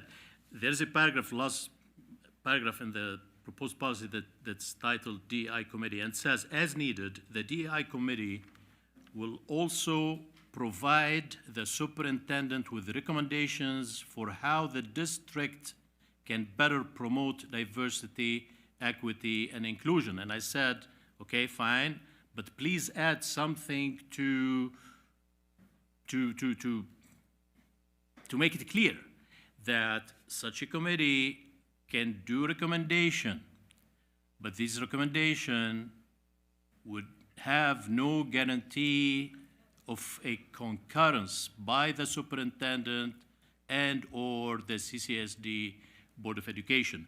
Because every time that you say there are recommendation, what can be implied is that, okay, we're gonna take those recommendations. We're gonna implement those recommendations. I wanted to make it clear that that shouldn't be the case. No, nothing is implied. The DI committee comes with the recommendations will be debated, they might be turned down, they might be accepted. I said, please add that language. That language was not added, therefore I cannot support this policy. Okay, Bass, thank you for that. I understand what your reasons are. I'm not sure, without going through all our policies, where we have that normal procedure identified and described. I do believe that we do have in our operations, recommendations are vetted. They're vetted by the administration. Those recommendations that they find to be of value find their way to the board, and then the board vets it, discusses it, and takes action appropriately, whether it be, as you see probably more times than not, concurrence, or in other cases where we've all sat together where there was a rejection of what was proposed and a request to go back to the drawing board and come back to the board with a better solution. So I appreciate your concern, but I understand that we don't or have not inserted such language in every other policy that has such verbiage in terms of roles and responsibilities. Because overarching, it is the board's responsibility to approve. It is Terry and his staff's responsibility to recommend, and I don't see that changing with the policy that's been drafted for any avoidance of doubt. But I want to hear others, because I think, Christian, you also may have asked for this policy to be? I asked for 4810. 4810, okay, good, all right. All right, so any other comments as it pertains to, Christine? I just think it's worth mentioning that this policy also was reviewed in earlier forms by members of the community and the public, and they also had an open forum to give feedback, to share ideas, to share concerns. And this third draft came to the committee with all of that input as well, and with taking into consideration what the policy committee had also brought back to Terry. So it has had a lot of input, eyes, and recommendations made that have been, incorporated to some extent. And so, thank you for that, Christine, because I think that's a valuable part of the process that maybe we didn't cover when we first introduced this item today. That this has been a work in progress. And Terry, I don't know if you want to describe how many times you've met with that committee and gotten what it's taken to get to where we are today. I know there's been a lot of give and take. I know there's been a lot of cutting, and I do understand, just for the avoidance of doubt, that what we have before us is a product that's been tailored for Cornwall. And if you compare Cornwall to maybe other districts, or even to the quote-unquote state-provided guidance, this is markedly different. And I understand that everyone, and we talked about this earlier tonight about terms and triggers, and people hear certain terms and they think one thing or they think the worst, maybe on both extremes. But the verbiage that's in this policy, I ask everyone to look at it very closely, because we're not, to use a term that I heard Bill Devine use, I don't want to get political here, this has nothing to do with identity politics. This has everything to do with individual merit and making sure that our kids who are being developed and educated and sent out into the world through this school district are armed to contribute to society. Christian. I just want to echo Christine's point, and I just want to highlight the work, that this is no, the product of listening, this draft change, and I want to applaud particularly Superintendent Dade, because I think he listened to comments that were made by myself and by others, and he went back and did, thankless work to revise the draft several times, and several other people who are around this dais, and as well as I can see members of the DI committee in the audience. I'm not going to name drop everyone, but it was a lot of work by a lot of different people who I think were working, to make a good product. And they don't think it's a finished product. They don't mean like they expect that this will be developed over time.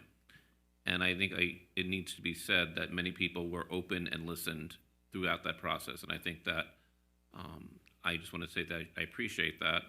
And I think that means that it is a proposal we're supporting. Christian, thank you for that. I think it's important to note that the objective of all our policy framework is to put us all on the same sheet, to unify us, not to divide us. And so I applaud Terry and the staff for including the community and the engagement that's occurred. The process that we followed, I think, is basically the blueprint for success in other endeavors that we may encounter going forward, which is you take community engagement, you think about it, you go back to them, provide them feedback to the input they provided, and then you as a leadership group, committee, what have you, work together to refine it to get to a place where it's not perfect, but you know what? It's passable and productive for our purpose, knowing that as we strive for excellence every day, it will only get better with time. I just want to be on the record as saying, I think it's pretty darn good, actually. It might not be perfect, but I don't want to insinuate that it's going to always get better. I think it's a really solid place for us to start as a community. And I know that's not what you intended. I just, me, words matter, so I want to be really clear. I think it's a really solid policy that has taken out all of that extra stuff, political and everything else, and creates a really great foundation for us as a community to be able to have open dialogue, teachable moments, and continue to move us forward as a community that is inclusive of all people that are here in our district. Exactly, Christine. I didn't want to insinuate any else on that. It's just something new is never perfect out of the gate, and I do recognize the hard work and the teamwork actually that went into developing this. I think like I said, it's a blueprint for the future, and we should feel comfortable and confident in that as a result. Richard, go ahead. Yeah, thank you. Real quick, from the outsider's point of view, because I'm not on the policy committee or the DEI committee, but I know the last meeting was live streamed, the DEI committee, and I just have to say I was so impressed with the dialogue and who was there, right? We had parents, community members, staff, students who brought forward some really great ideas and observations. So I think this should be the blueprint moving forward on how we get things done. Working together, collaborating. I think I was very impressed by what I saw at that meeting, and I applaud our administration involved for making that happen and hope to see that happen more moving forward. Thank you for that, Richard.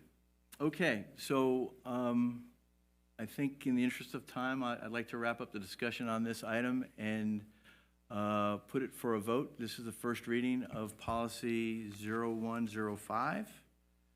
All in favor? Aye. Any opposed? Let the record reflect one opposed. And any abstentions? None? Okay. So we'll accept that as the first reading. And now I'd like to move to policy 4810, also a first reading, but this is an existing policy. I have a motion for consideration. Second. Thank you. Discussion. Christian. So my concern is with the addition to this policy, which I guess is number 3, where it says the aforementioned guidelines pertain to all CCS staff members and extend beyond the classroom and so forth. if you look at the controversial issues language in most districts, it generally only applies to outside speakers, not even to staff, because the idea is that your staff is people you hired, whose professionalism you trust, and basically outside speakers who speak to students, there are some guidelines for what they might say in front of them. And the logic there generally is that in a classroom, because students are compelled to be in the classroom and they could face discipline or sanction for not being in the classroom and listening, there are limitations on what teachers, not just as professionals, but just in the sense out of respect for the rights of their students, are limited. This is where, and look, I would say that I would prefer a policy that trusted our teachers and trusted their professionalism to do that. And so even the existing policy, I would even back. But what I'm concerned about is the extension of this policy to school event and sponsored activities, because that includes clubs, that includes things like the Cornwall Community Coalition, Distracted Dragons, and a lot of it could involve varsity sports, and particularly because this is not just like a hypothetical concern, because last year a parent invoked this particular policy in regards to no place for hate. And I just think that extending that for a classroom standard to non-classroom activities, because these non-classroom activities are voluntary. You do not have to join a club, you don't have to attend a club, and as a result, you are allowed to have clubs, activities, etc., to serve a particular community of interest of students. So if you're running, let's say, and I might not have the language, but this is what it's called in my school, like an LGBT alliance, we do not necessarily have to have the advisor give range to all major views that might exist for any student who might walk into that club, because that undermines it. Or, for example, the one last year with the Cornwall Community Coalition about drug abuse, I don't think that was, I can at least say there's another view out there that is substantial and wasn't covered.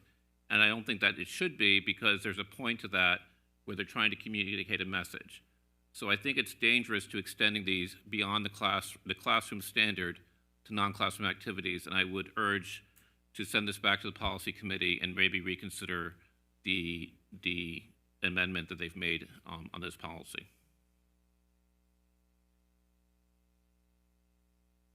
Louis. I just have one note, and Christine says it, words matter.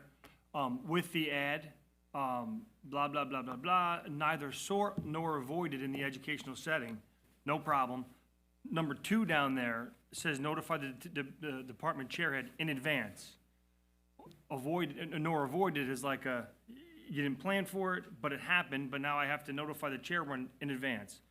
It's not, it's a bit of smithing, and I wouldn't say no to it, I wouldn't vote it down, but maybe between now and second reading, they can think about it, the committee can toss it back and forth and take it where it will go.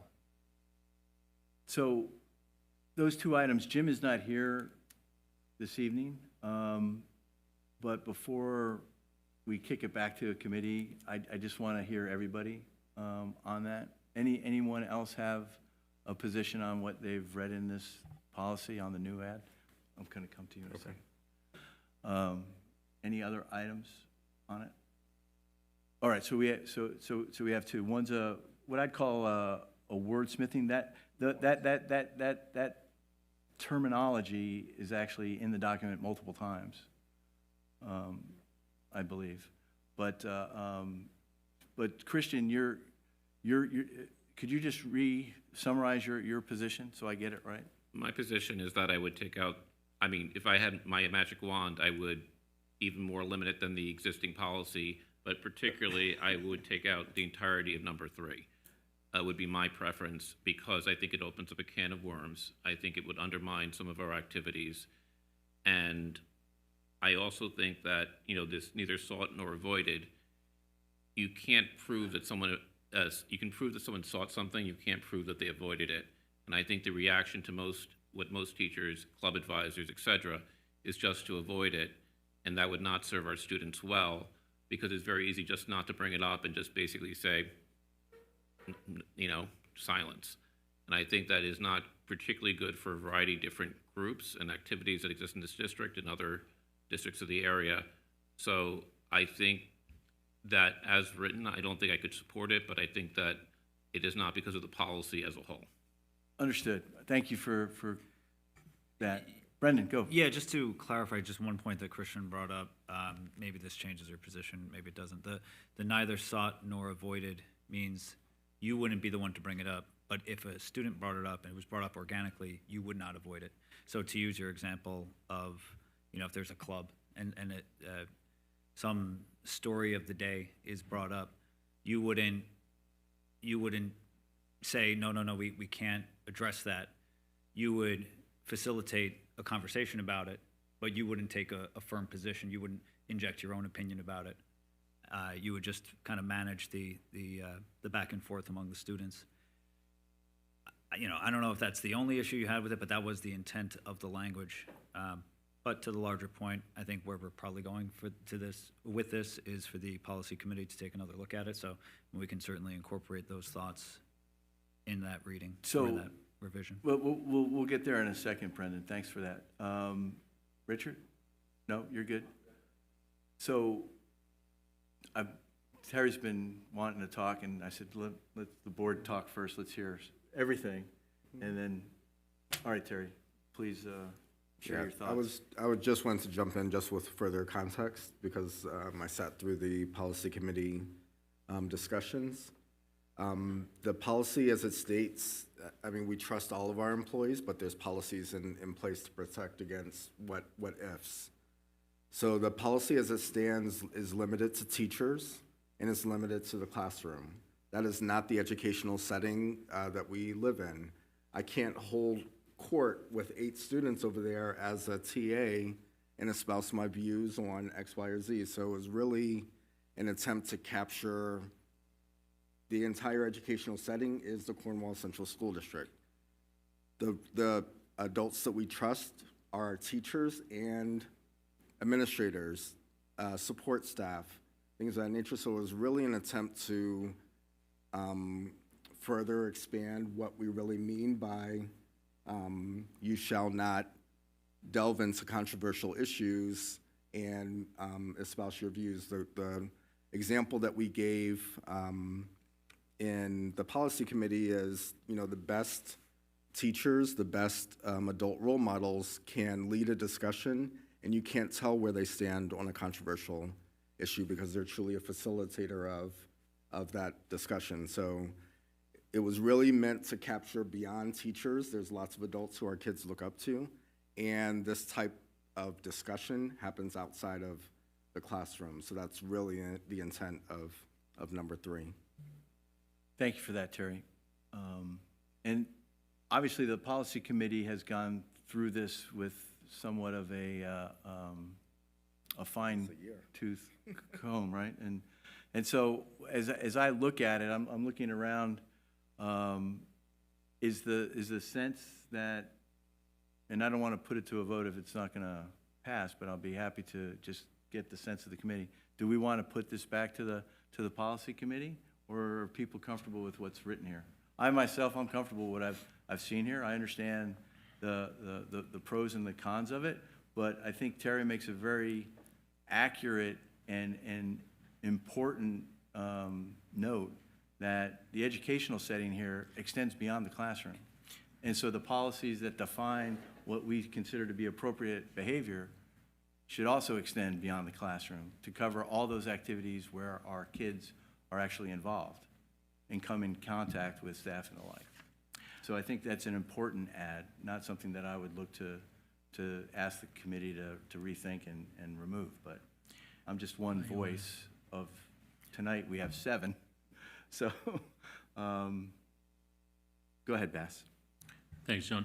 I want to add more context again to what Terry just said. Thanks, Terry. Again, lot should go to Terry because he was he sits in the policy committee and we come with these all ideas and debates and everything. He absorbs everything and revises it. And I can say I'm in support of that policy. A little bit of context, I did have a proposed policy that was absorbed in this modification of an existing policy. I don't know if that's clear, right? So this is, we're modifying 4810. 4810 is not kind of right now proposed from scratch. No, it's a tiny little modification to an existing policy that's teaching about, okay, controversial issues. And my comment was, I have an idea about what about everything that goes outside the classroom, going to your point, Christian, that is not teaching. And even I proposed kind of going beyond the word teaching, right? I mean, like, but again, now Terry put it right, because you can be outside the classroom and you're still educating in a way. So again, I mean, I was talking about how do you deal with controversial issues outside the classroom? And that's why now we're looking at an amendment, if you want, of an existing policy. Okay, that's one. Two, going back to a term you use, like trust. Like you said, if you have magic wand, you would go and strike down even parts of an existing policy itself. Why? Because you trust the teachers. Just kind of, I'm not trying to put words in your mouth, but that's what I understood. Because you have so much trust in the teachers, you don't want to do this. You don't want to do kind of and try to regulate what's going on outside the classroom. I want to ask you a question. When we propose a DEI policy, does that mean we do not trust the teachers? That's why we want to have a policy? So Short answer, no. yeah, so I think the purpose of policies in general is to put everyone on the same page. And that's the benefit of it all. And so I appreciate, Christian, your quick response. Bass, I understand there's some ads here that you were supporting, and I appreciate your support of them. I want to avoid this back and forth on items that really don't matter in the grand scheme of what the board's position is. And what I want to understand right now is the board's position on this first reading, to include the revision that I think some people have referred to as number 3, if they're fine with that or not. And so in the interest of time, because we do have some important budget stuff to talk about, I would just, and if it fails, it fails, but all in favor of first reading of 4810, please signify by aye. Aye. Any opposed? Let the record reflect one in opposition. Any abstentions? No? Thank you, everyone. Fantastic. Okay. So that, I think, concludes the consent agenda. And now for our marquee presentation. We had spotlights earlier, but now we have our marquee, which is Harvey, in continuing our discussion on putting together a budget for next school year. So with that, Terry, do you have anything you want to add? Nope. Take it away, Harvey. Thank you.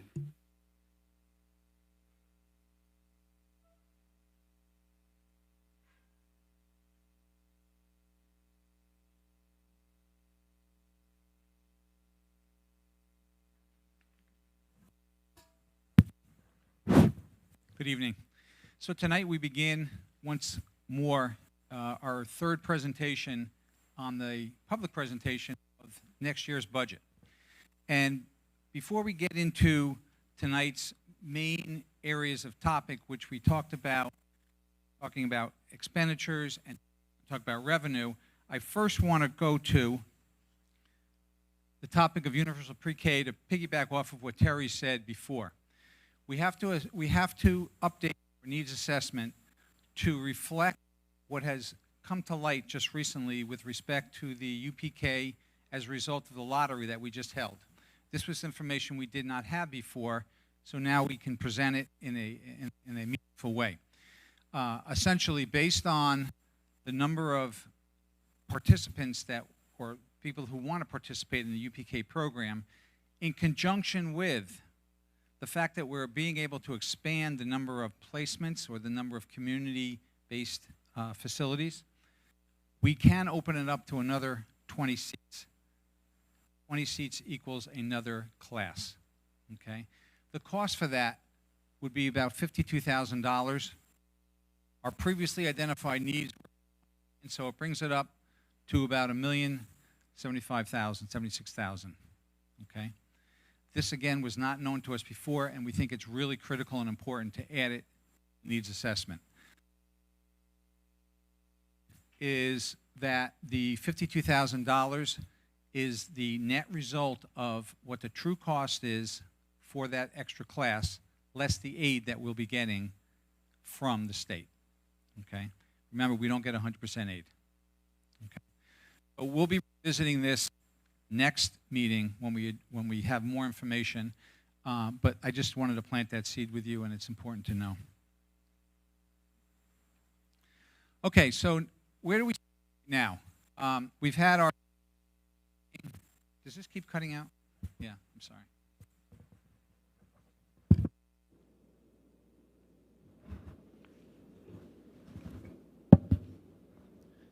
Okay, much better. So when we first pulled back the curtain, we recognized that we were about $239,000 negative with regards to where we stood. You'll notice tonight I'm presenting we're about $251,000 negative. There's a slight $12,000 change as a result of we got late information with regards to one of our UPK providers had an increase in their tuition. Okay, again, it wasn't something that we knew about before. I didn't even interpret it or perceive it to be an open item, but they notified us. So consequently, we have to increase that cost. Brings us to a little bit greater deficit right now, okay? So tonight, we really want to focus on the revenue. We talked about expenditures last time. How do we pay for everything? It really comes down to three distinct areas. One is the state aid. That's the money we get directly from the state. Next is the school tax levy. School taxes we get directly from the taxpayers, the community. And then we have miscellaneous. Let's start with the state aid. So for 24-25, our revenue projections are about $33.5 million. That is directly from the governor's proposal. Okay, the state, the legislature and the governor have not yet come to terms and identified a final budget. So this is all the information that we and every other school district has, what the governor put forth. Now, let's talk about state aid and what has at least transpired since we've last spoken. The two houses have released their budget. The Senate and the House, the Assembly, have released their budget.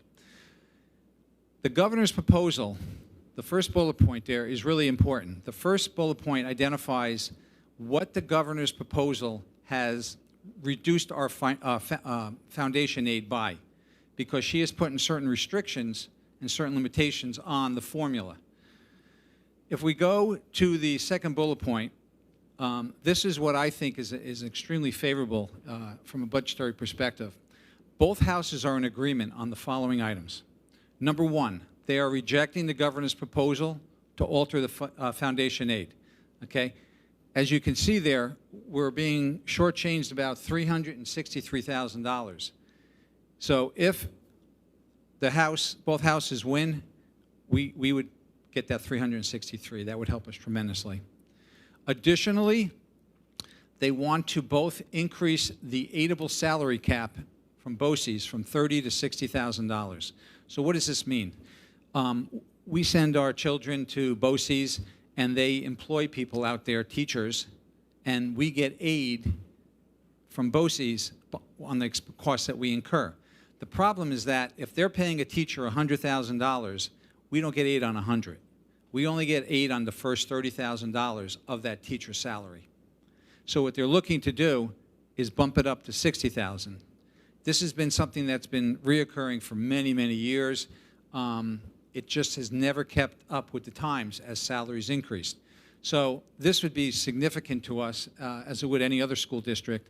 I can't quantify it because BOCES calculates it and knows their numbers, but it would definitely help us tremendously. The other thing that they're looking to do is to increase the funding for universal pre-K. Right now, the difference between the tuition and the aid we get, depending on the provider, is anywhere from about $3,000 to $4,000. Okay? So if we have an extra 80, if we have 80 students going to universal pre-K, and even if we got $1,000 more in aid, we'd pick up another $80,000, which would be very good. Okay. So that's the latest on state aid. I wish I had more, but nothing has come out other than this. Next, we move to the school tax levy. As I mentioned to you, the numbers that we're using right now it reflects what we currently have as an increase for this year, 1.2% on the levy.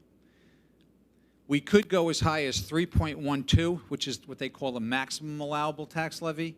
I don't think anybody even wants to think about that. We wouldn't go there. But it is important to note that for every 1% that we increase over the 1.2, or percentage thereof, it's about $515,000. Okay, so if we went up another 0.5%, it'd be about $260,000.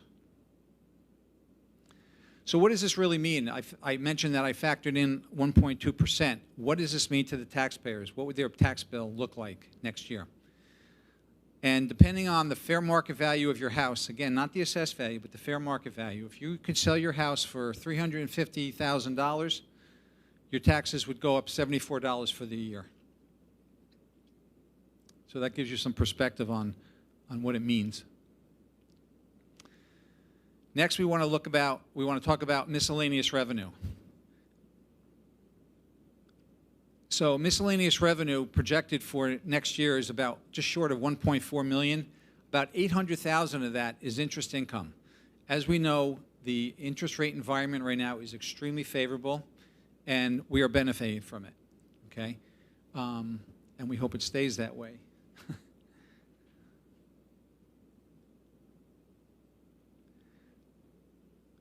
The last item there, again, just puts open items, is the state aid figures. Once we have that, we'll be in a much stronger position to know where we're headed. Now, last week, or last meeting, I should say, we spoke about how do we get rid of this deficit? How do we even consider what's on the needs assessment? And there's really two ways. We either get more state aid, and/or we can dip into our reserves, and/or you can increase the tax levy, okay? State aid will be the driving force on our conversation for the next two meetings. But if we were to consider dipping into our reserves and our fund balance, this is going to give you a little bit of an idea of where we stand right now. So we currently have, I put up there a 3-year showing, we currently have two types of fund balance. Our first one is what's known as unassigned. We currently have almost 3.5 million in unassigned. We are allowed, and what I've done for you is I've given you a description of each one of these and some insight. The unassigned fund balance is what we do not have to identify for any specific reason. It is our rainy day fund. If something comes up, we can tap into it, okay? We are restricted, however, to 4% of our budget. Whatever our budget is, times 4%, and we are at the limit right now at that almost 3.5. Okay, so that's good. The other kind of fund balance that we have right now is what's known as assigned fund balance. Assigned fund balance is something that the board identifies that helps bring down the tax levy, okay? We currently have 2.5 million in this year's budget as assigned.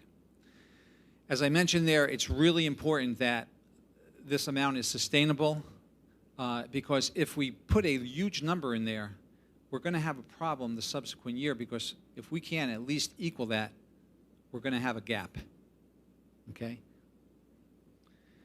And I think, as I mentioned here in the last bullet point, I think that a reasonable and realistic sustainable number for us has been historically somewhere between $2 and $2.5 million. And that's not a number that's budgeted for or baked in. You might be thinking, well, where does that number come from?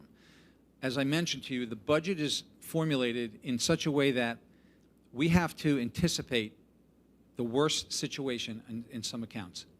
And if that doesn't happen, if that dark cloud isn't over the district every single day, we will inherently have some kind of a surplus at the end of the year. And that's where this comes from.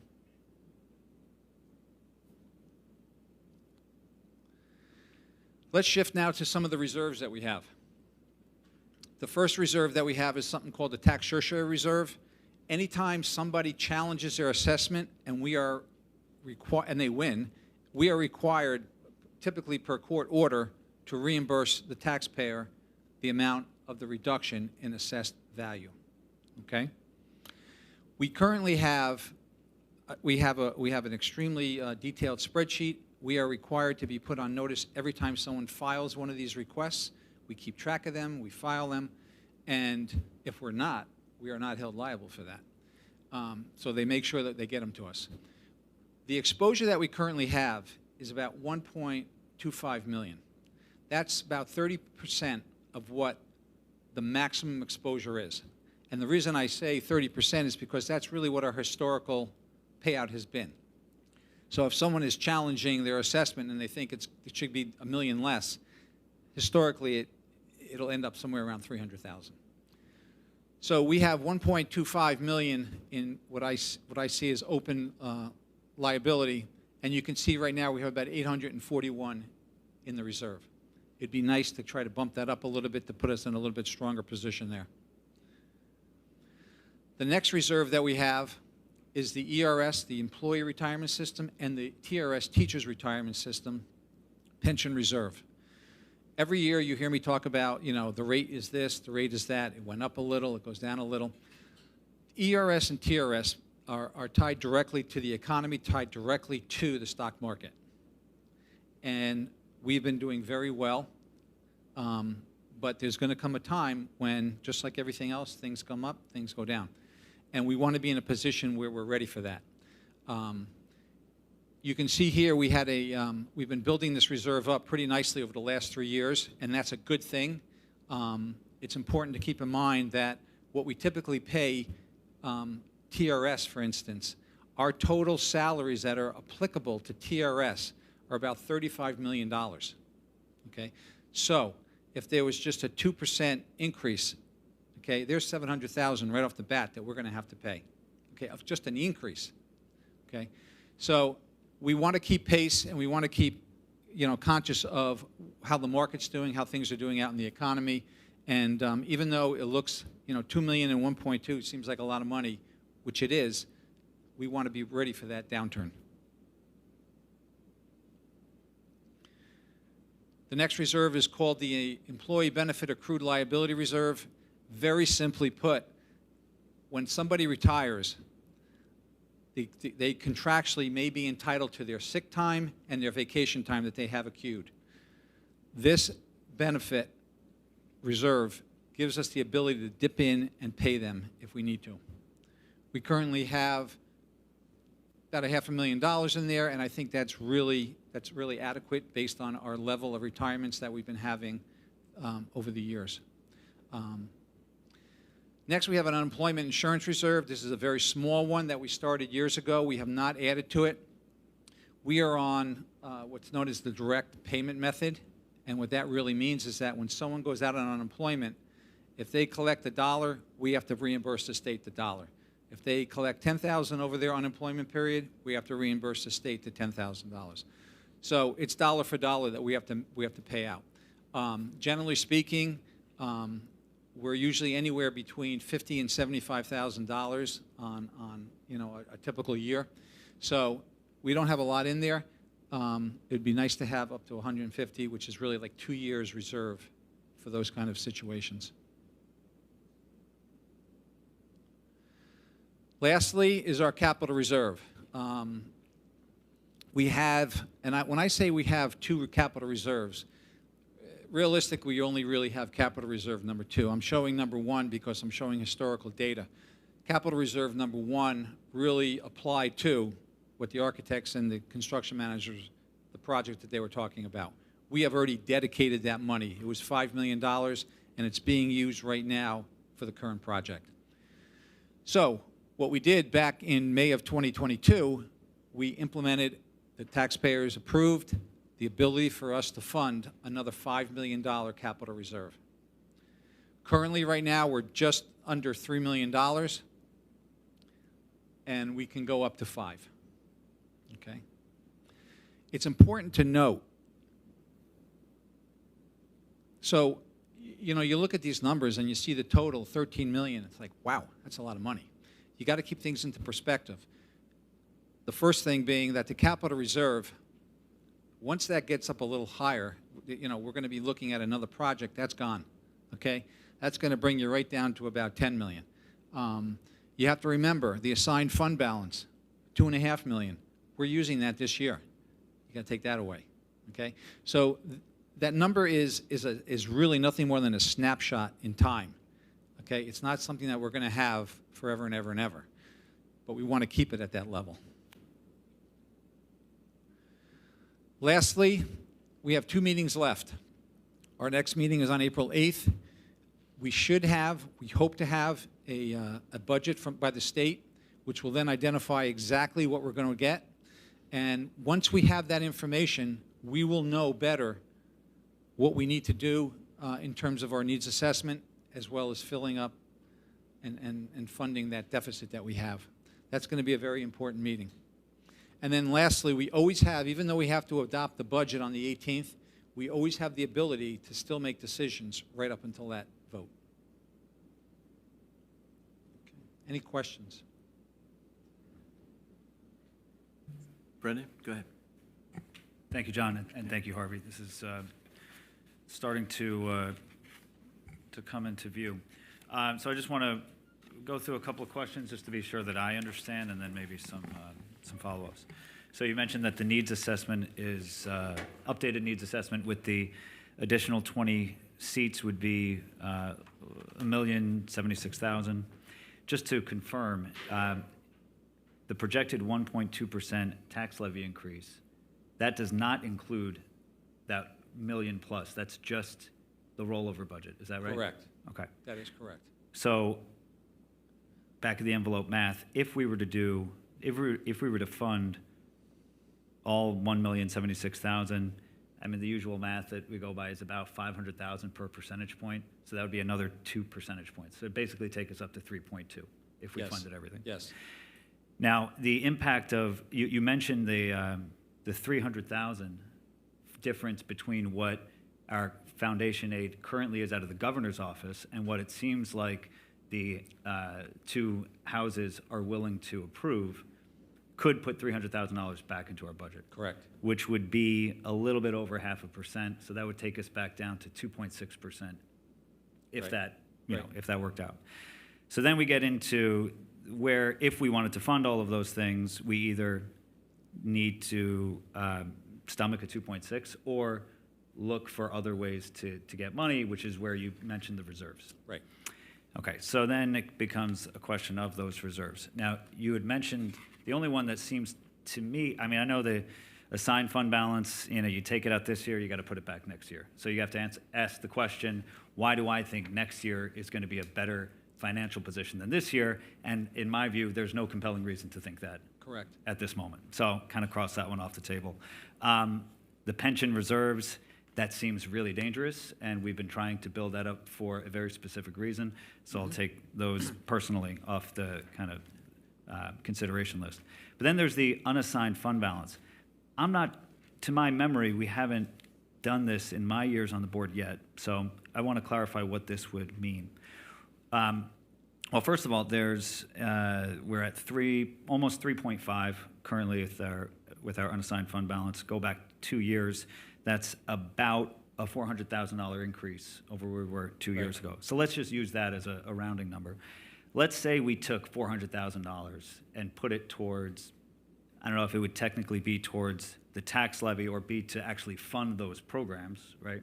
Small distinction, maybe without a difference. What would be the long-term impact of taking money out of the unassigned fund balance and using it to fund those needs? Would it essentially be the same thing as the assigned fund balance, that we would need to replace it the next year? Because we're just funding it this year. Right. So next year we have to find another, although we're not putting it back in the reserve, we have to put it in the operating budget to keep those programs moving forward. Right. So it's essentially the same underlying calculation of like, okay, I could do it this year, but what makes me think I'll have that $400,000 next year? Is that right? That is correct. Okay. Now, keep in mind also, I mean, you don't have to be at the 4%. It's a good thing to be at the 4% because it helps build up your reserves.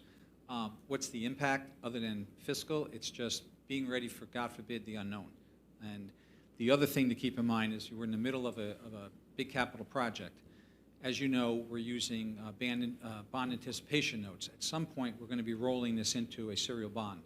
This is something very important that the rating companies look at when they establish the rate. So the stronger we look, the lower the cost on the bond. So Got it. it's kind of a catch-22. And, okay, so I think the reserve question is always a rob Peter, pay Paul type of thing.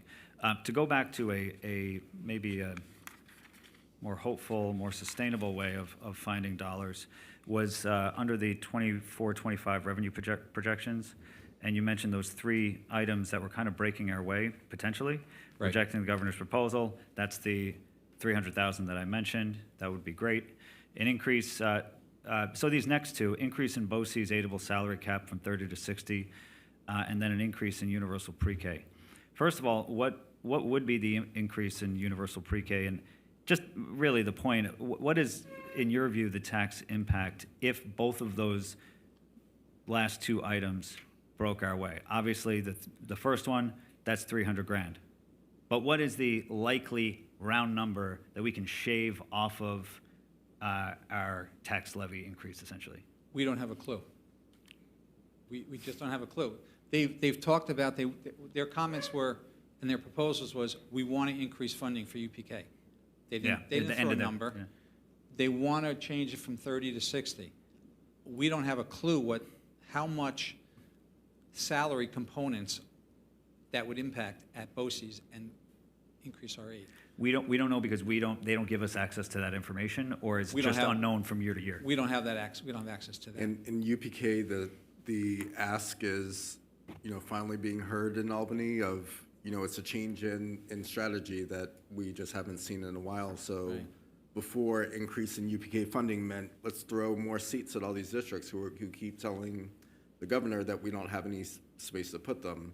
This is the first time I've seen since I've been here that it's been an increase in per pupil. So where that lands, we truly are clueless about where that could land. Yeah. Yeah, okay. So just, I guess we wait till next time, and it seems like we're going to have, next time, hopefully we'll have a clarity at least on that 300. I would agree. And then it just becomes a question of priorities. How much are we comfortable with, and do we scale back on the needs? Correct. Yeah, okay, thanks. Bass? You had? Thanks, John, and thanks, Harvey, for this presentation. It's like I really enjoyed, I can say, the explanation of every single balance and reserve, and really, it's very helpful. Thanks. My question is just regarding the assigned fund balance in contrast with the unassigned. I noticed that the unassigned, the state limits it at 4% of the total budget, and what we have really reflect the full extent of the 4%. So basically kind of tells me that you're following some guidance. Now, when you go to assigned, I did not see any guidance. Is there any guidance anywhere? Why would you go 2.5 million, 4 million, whatever? That's kind of part of my question. The second part of my question is, why this up and down if you go from 21? Sure. Why? Yeah. 2 good questions. First of all, there's no limits on what you can assign, okay? If you have it, you can use it. That's the state's perspective, okay? But the problem comes the next year, you don't have it again, so now you have quite a gap to fill. So in terms of why you see it going 3 years ago, 2.25, and then it jumped up to 4.1, and then it jumped back down, it came back down to 2. It has to do with a combination of our needs coupled with where state aid is for that particular year, okay? The middle year, the 4.1, the reason that it was so jumped up, during that period of time, that was when we got federal funds. And we were able to take some of those federal funds and use them for that which we had in our budget. And what we wanted to do was we wanted to take that extra money, it was about 1.5, 1.2, 1.5. We wanted to use that money for the air conditioning project in the middle school, which is exactly what we did, okay? And then it was done, and we brought it back down to 2.5 to a more sustainable number. Yeah, thanks. I mean, that clarifies it. The sustainable, I mean, is that, I mean, is it, can it be objective, not subjective? See, kind of, I don't know, like, if I'm trying to make myself clear here. I mean, why wouldn't you go and say 10 million is okay, 10 million is sustainable, or only 3 million is sustainable? Like, where would you draw the line? I mean, how would you make that judgment? It's based on, it's two things. It's based on what we typically and historically have, and I'll use the word leftover, the surplus we have at the end of each budget. And it's also ties in with our expectations and what we need to use to make the budget balance, okay? I could easily stand here and say, okay, sustainable is $5 million. It's not realistic. I have nothing to prove that. I can stand behind 2 to 2.5 and go back in time and show you this is what we seem to be, you know, repeatedly having left over. Richard? Yeah, thank you. I just want to piggyback off of what Brendan brought up about using some of these reserves potentially to bring down the tax levy. And my memory might be mistaken, but in 2020, didn't the board at the time do something like that? That's correct. During the pandemic? That's correct. And it was taken out of the unassigned fund balance? Assigned fund balance, right? Okay. And at the time, just to compare, how much did we take out of the assigned fund balance? So, at that so time? just to clarify, Yeah. it was unassigned money that we then assigned for the budget Okay. to reduce the tax levy on the taxpayer because of this environmental conditions during COVID. We thought it would not be appropriate to put the burden on the taxpayers, Right. especially when we had these, I hate to use the term, but additional funds. They're not additional, they're surplus until we can find a better purpose for them. And in this particular instance that you're referring to, Richard, we did find a better purpose, which was to reduce the burden on the taxpayer. Right. Otherwise, the taxpayer would have had to incur that cost.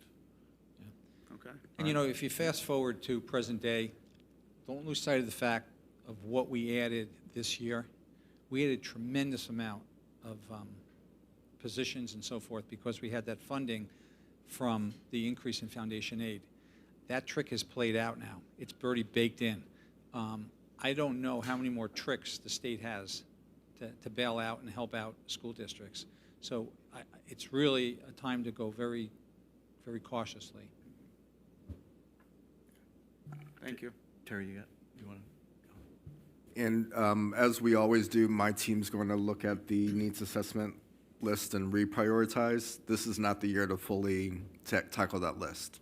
My team's approaching it as such. We're in a deficit now. We're praying for nuggets from the governor in both houses. So we're going to become prepared for the board should we be asked of, you know, where do those needs fall as by way of sustainability, impact on students and staff for the district. But we're going into it as that needs assessment will not be fully funded. This is not that year. So we'll do our due diligence over the break and come ready for the April 8th meeting for that relook at that needs assessment. Anyone else? So Harvey, I have a couple questions. The first has to do with your miscellaneous projections, revenue projections. Slide 4, I think it is.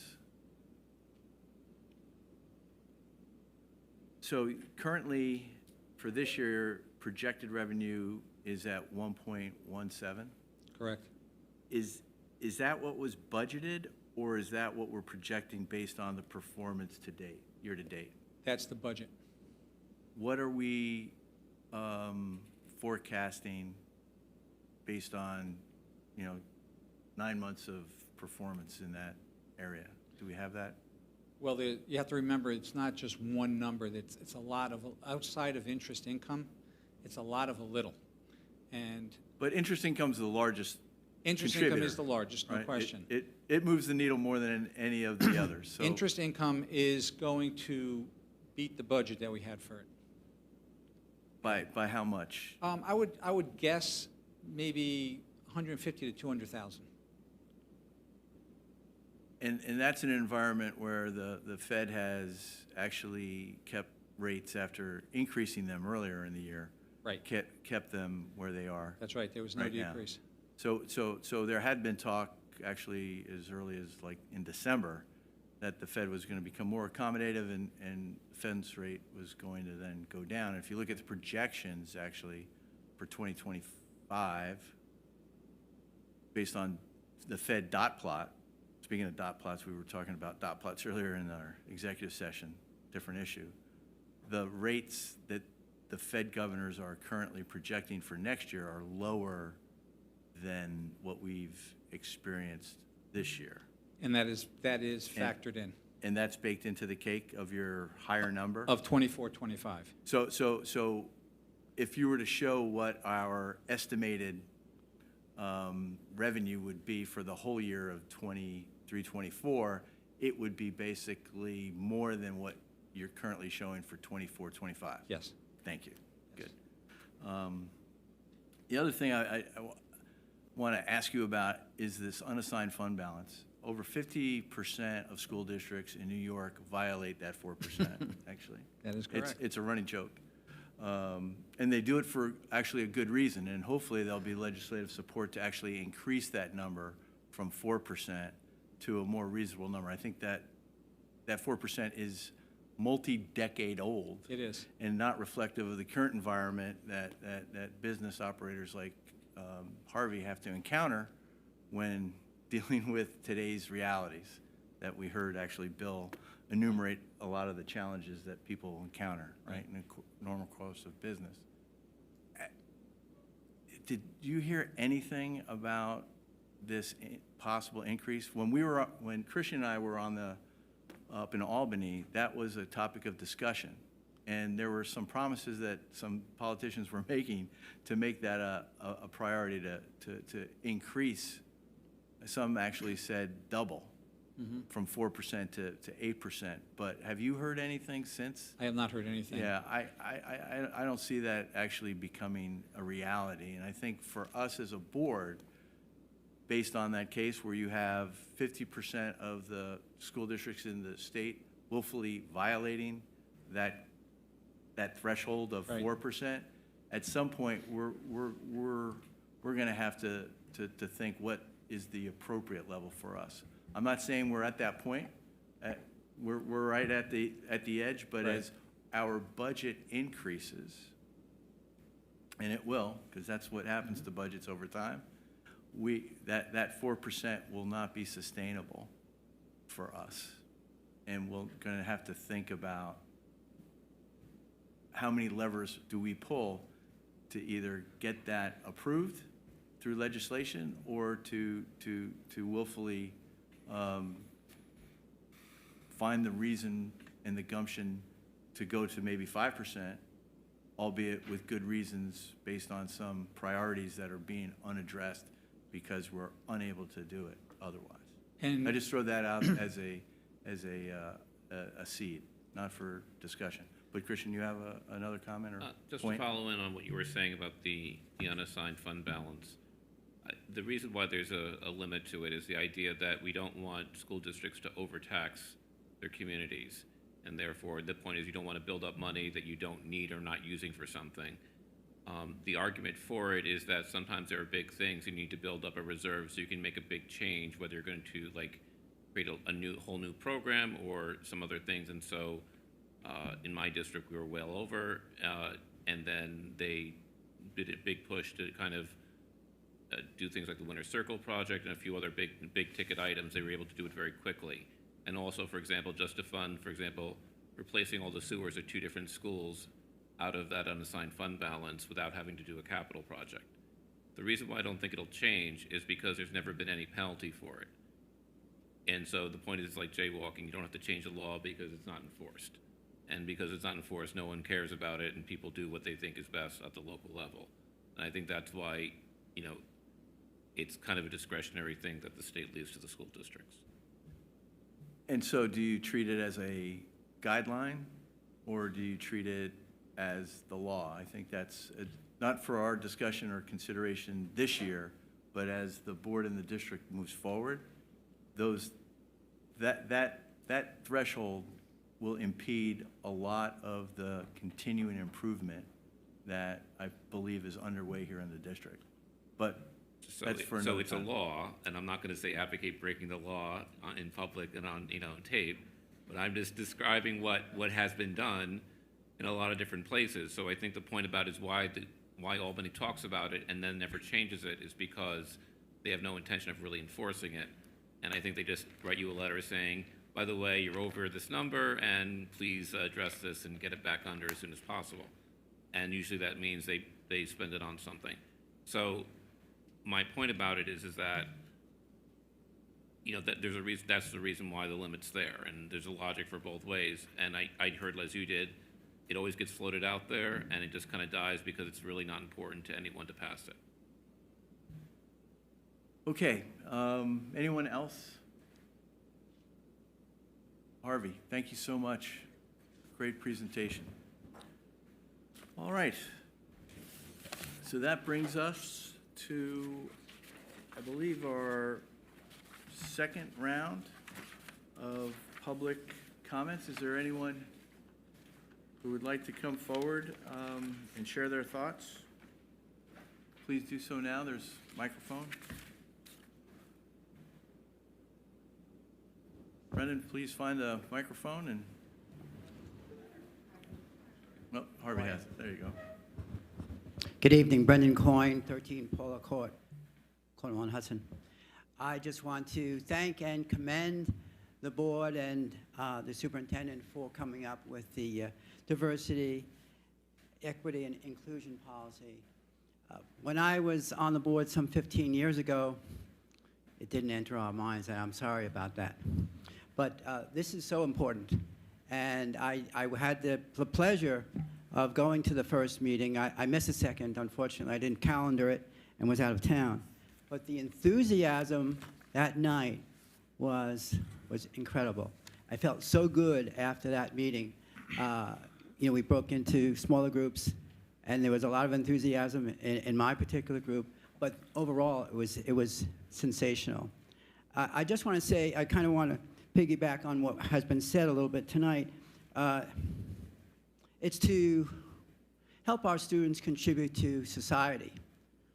And I think that what is very paramount in my mind is that our society needs this right now. Our community needs this right now. And so I think it's important for the board and for the superintendent to continue to let the community know just how important this is, how much we need it.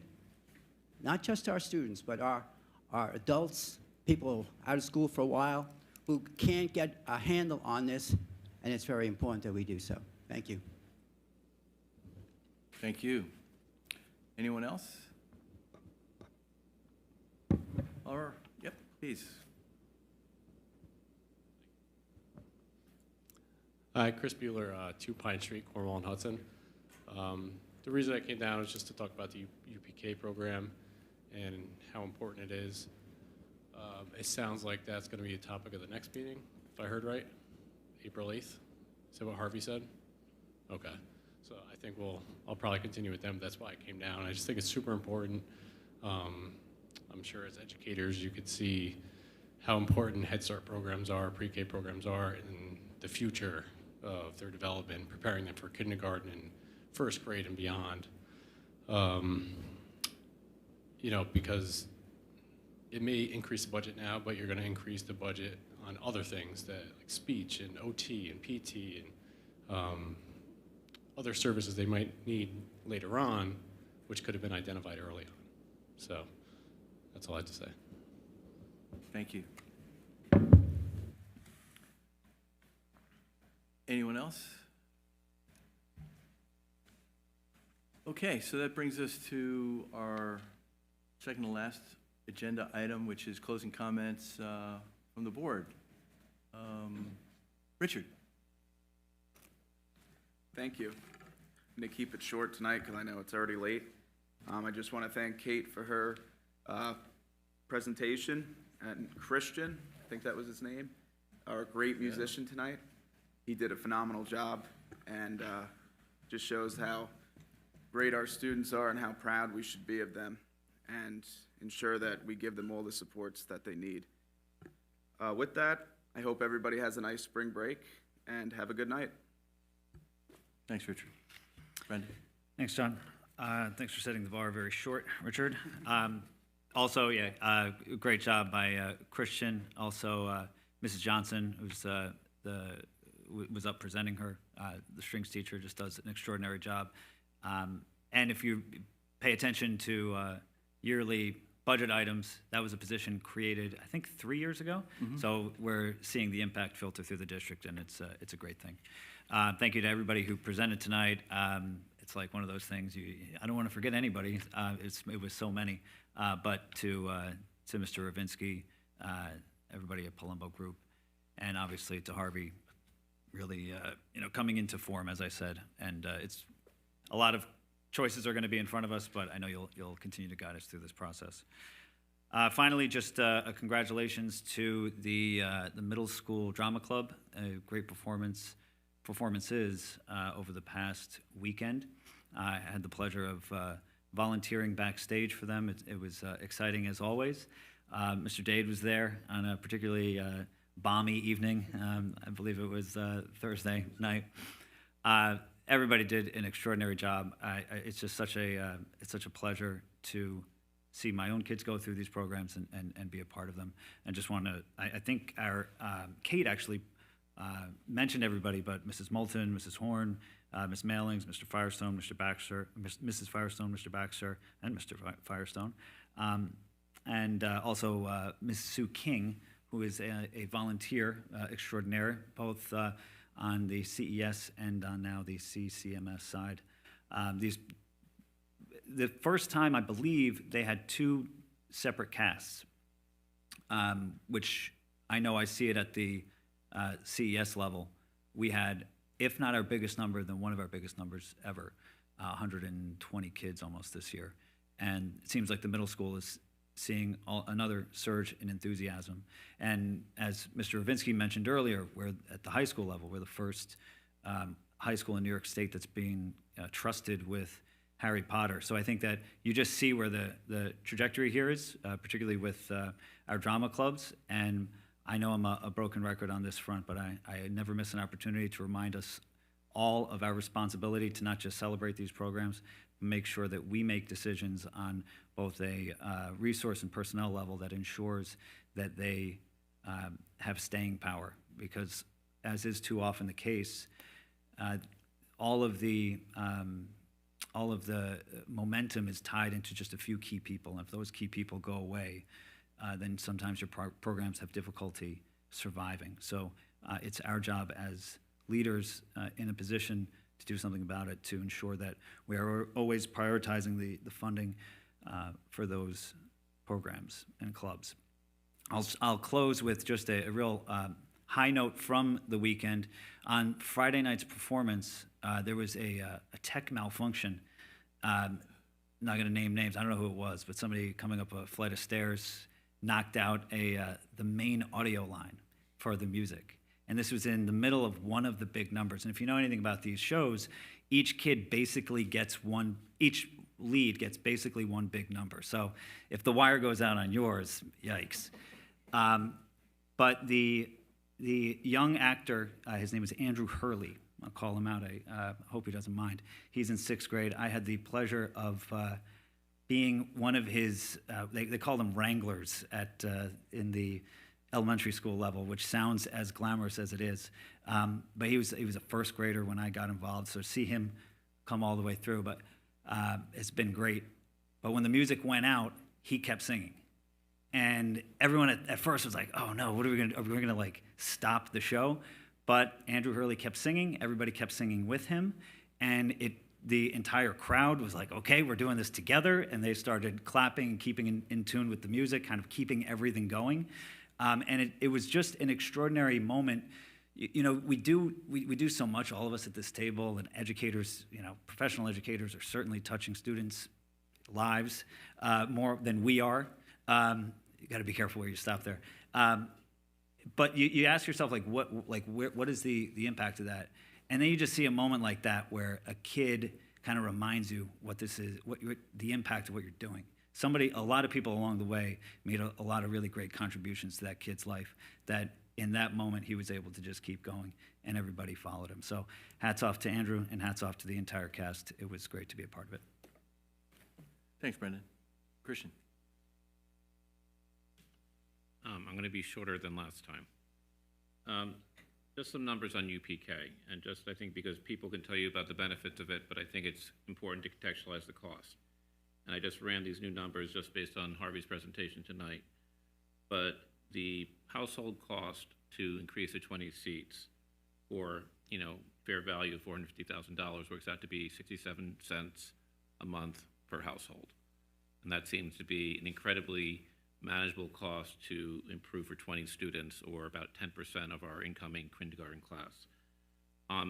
Timothy Bartik has said that for every dollar spent on UPK, community gains $2.78 in higher per capita income in the community in the long term. Once again, so you spend $1, you make more money, and it's a big investment.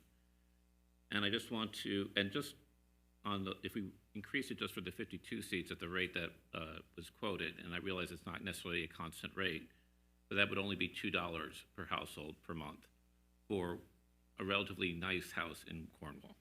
And I think that's worth it. And lastly, just in the New York Times last week, just quoting, it says, caregivers of children lose an average of $18,000 a year due to scaling back work hours or leaving jobs because they can't find childcare.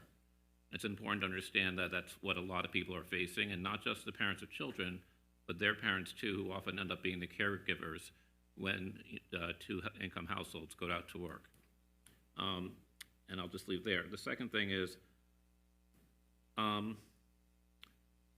as a person who's taught in secondary education is subject to, let's say, controversial issues policies, and has read probably about 100 of them in the region, we are out of step of what most of the districts in this area have in their policies. And I would encourage everyone to go read the underlying Supreme Court cases that are underneath the policy, and the logic under them is very clear about the First Amendment rights of teachers and the First Amendment rights of students, and what the logic is because the classroom standard is tied to that, and that is why the policy has been pretty consistent for a long time on that. And extending outside the classroom, I think, I will reiterate, leads to a very dangerous situation. And I would encourage people to read that and maybe become more educated, either by reading our peers' policies on this, or by looking at the Supreme Court cases at our own policy sites. Louis. Thank you. I'll peel a little bit of Brendan's shout out there, and congratulate all the musicians and the musical accolades that have happened over the past months and coming months that are ahead of us. You know, you learn quick when you give a speech, you never thank individual people, because there's always one person you forget. So I'll blanket the whole thing, and I'll also give a shout out to all our sports accomplishments over the winter. There were a few, again, enough to mention, and I'll forget one, so I'll stay away from it. More to come in the spring from both. Thank you to our presenters, always nice. I appreciate the Palumbo group coming in and giving us the update. You know, so often while we're in tune, a lot of us are parents. You know, you need that presentation to reiterate you, remind you of truly what's going on. And lastly, Christian, with our little cellist, that was fantastic. I'm quite confident. If it wasn't the Star Spangled Banner, we would have all stood at the end anyway with a ravenous handshake. So congratulations to him. Keep up that good work. Thank you. Thanks, Louis. Christine? Throw me off there. I don't want to repeat what everyone's already said. I think I got chills, Brendan, when you were describing the young man who just kept going, because those are life lessons that you are thrown into, but you take with you forever, right? And I think they happen in theater, they happen in sports, but it's those teachable moments that if we can take a moment to reflect on them, you know, they're just probably more powerful, one of the most powerful things that happens as we grow up. So kudos to that young man. I know I saw through social media, and I know next time we'll have a update about athletics, but I believe it's our indoor track team, our women's team. They did All-American, if I'm not, I can talk theater all the time, but All-American, and but it's just really exciting when I see those posts and their accomplishments. A great group of young ladies, so congratulations to them, and I'm sure next time we'll have an opportunity to give them kudos in person. And then Harvey, really, I can't thank you enough for making this budget process digestible, and not just for me or for the people here, but I also think for the public. It's so transparent. It's clear, you know, in terms of the decisions that have to be made. I don't walk away thinking like, what does that mean? You know, this isn't my business day to day. And so I really appreciate that you just make it so clear and easy to follow. So thank you for that. Thanks, Christine. Bass? Thanks, John. Yeah, first kudos is to Harvey. I really enjoyed the presentation. I mean, sometimes you watch a presentation, you appreciate it, but like, it's not like every time you watch something you really enjoy. I really enjoyed listening to everything. As Christine says, like the transparency and the accuracy and kind of like the judgment behind the numbers. This is greatly appreciated. Thank you. And another kudos is to the modified wrestling program. This year, the results were outstanding. If I'm not mistaken, 11-0, the meets were, or 10-1, something like that. But still, kind of 10-1. I mean, this is outstanding. We had the enthusiasm among the students was kind of unbelievable. I mean, they were hoping to have like 30 wrestlers. They had 60. And I think I mentioned that before. I mean, the Coach Daniels tried to do some, what do you call it, kind of like screening, if you want, right? If you don't show up at time, whatever. But then he thought like he couldn't cut out anybody, so they had to find another coach. And please forgive me, I forgot his last name. But again, both, so they had like two teams, and I went to meets like everywhere.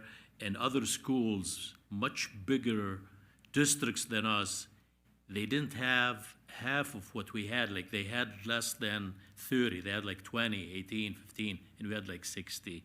That was kind of outstanding, and the results were perfect.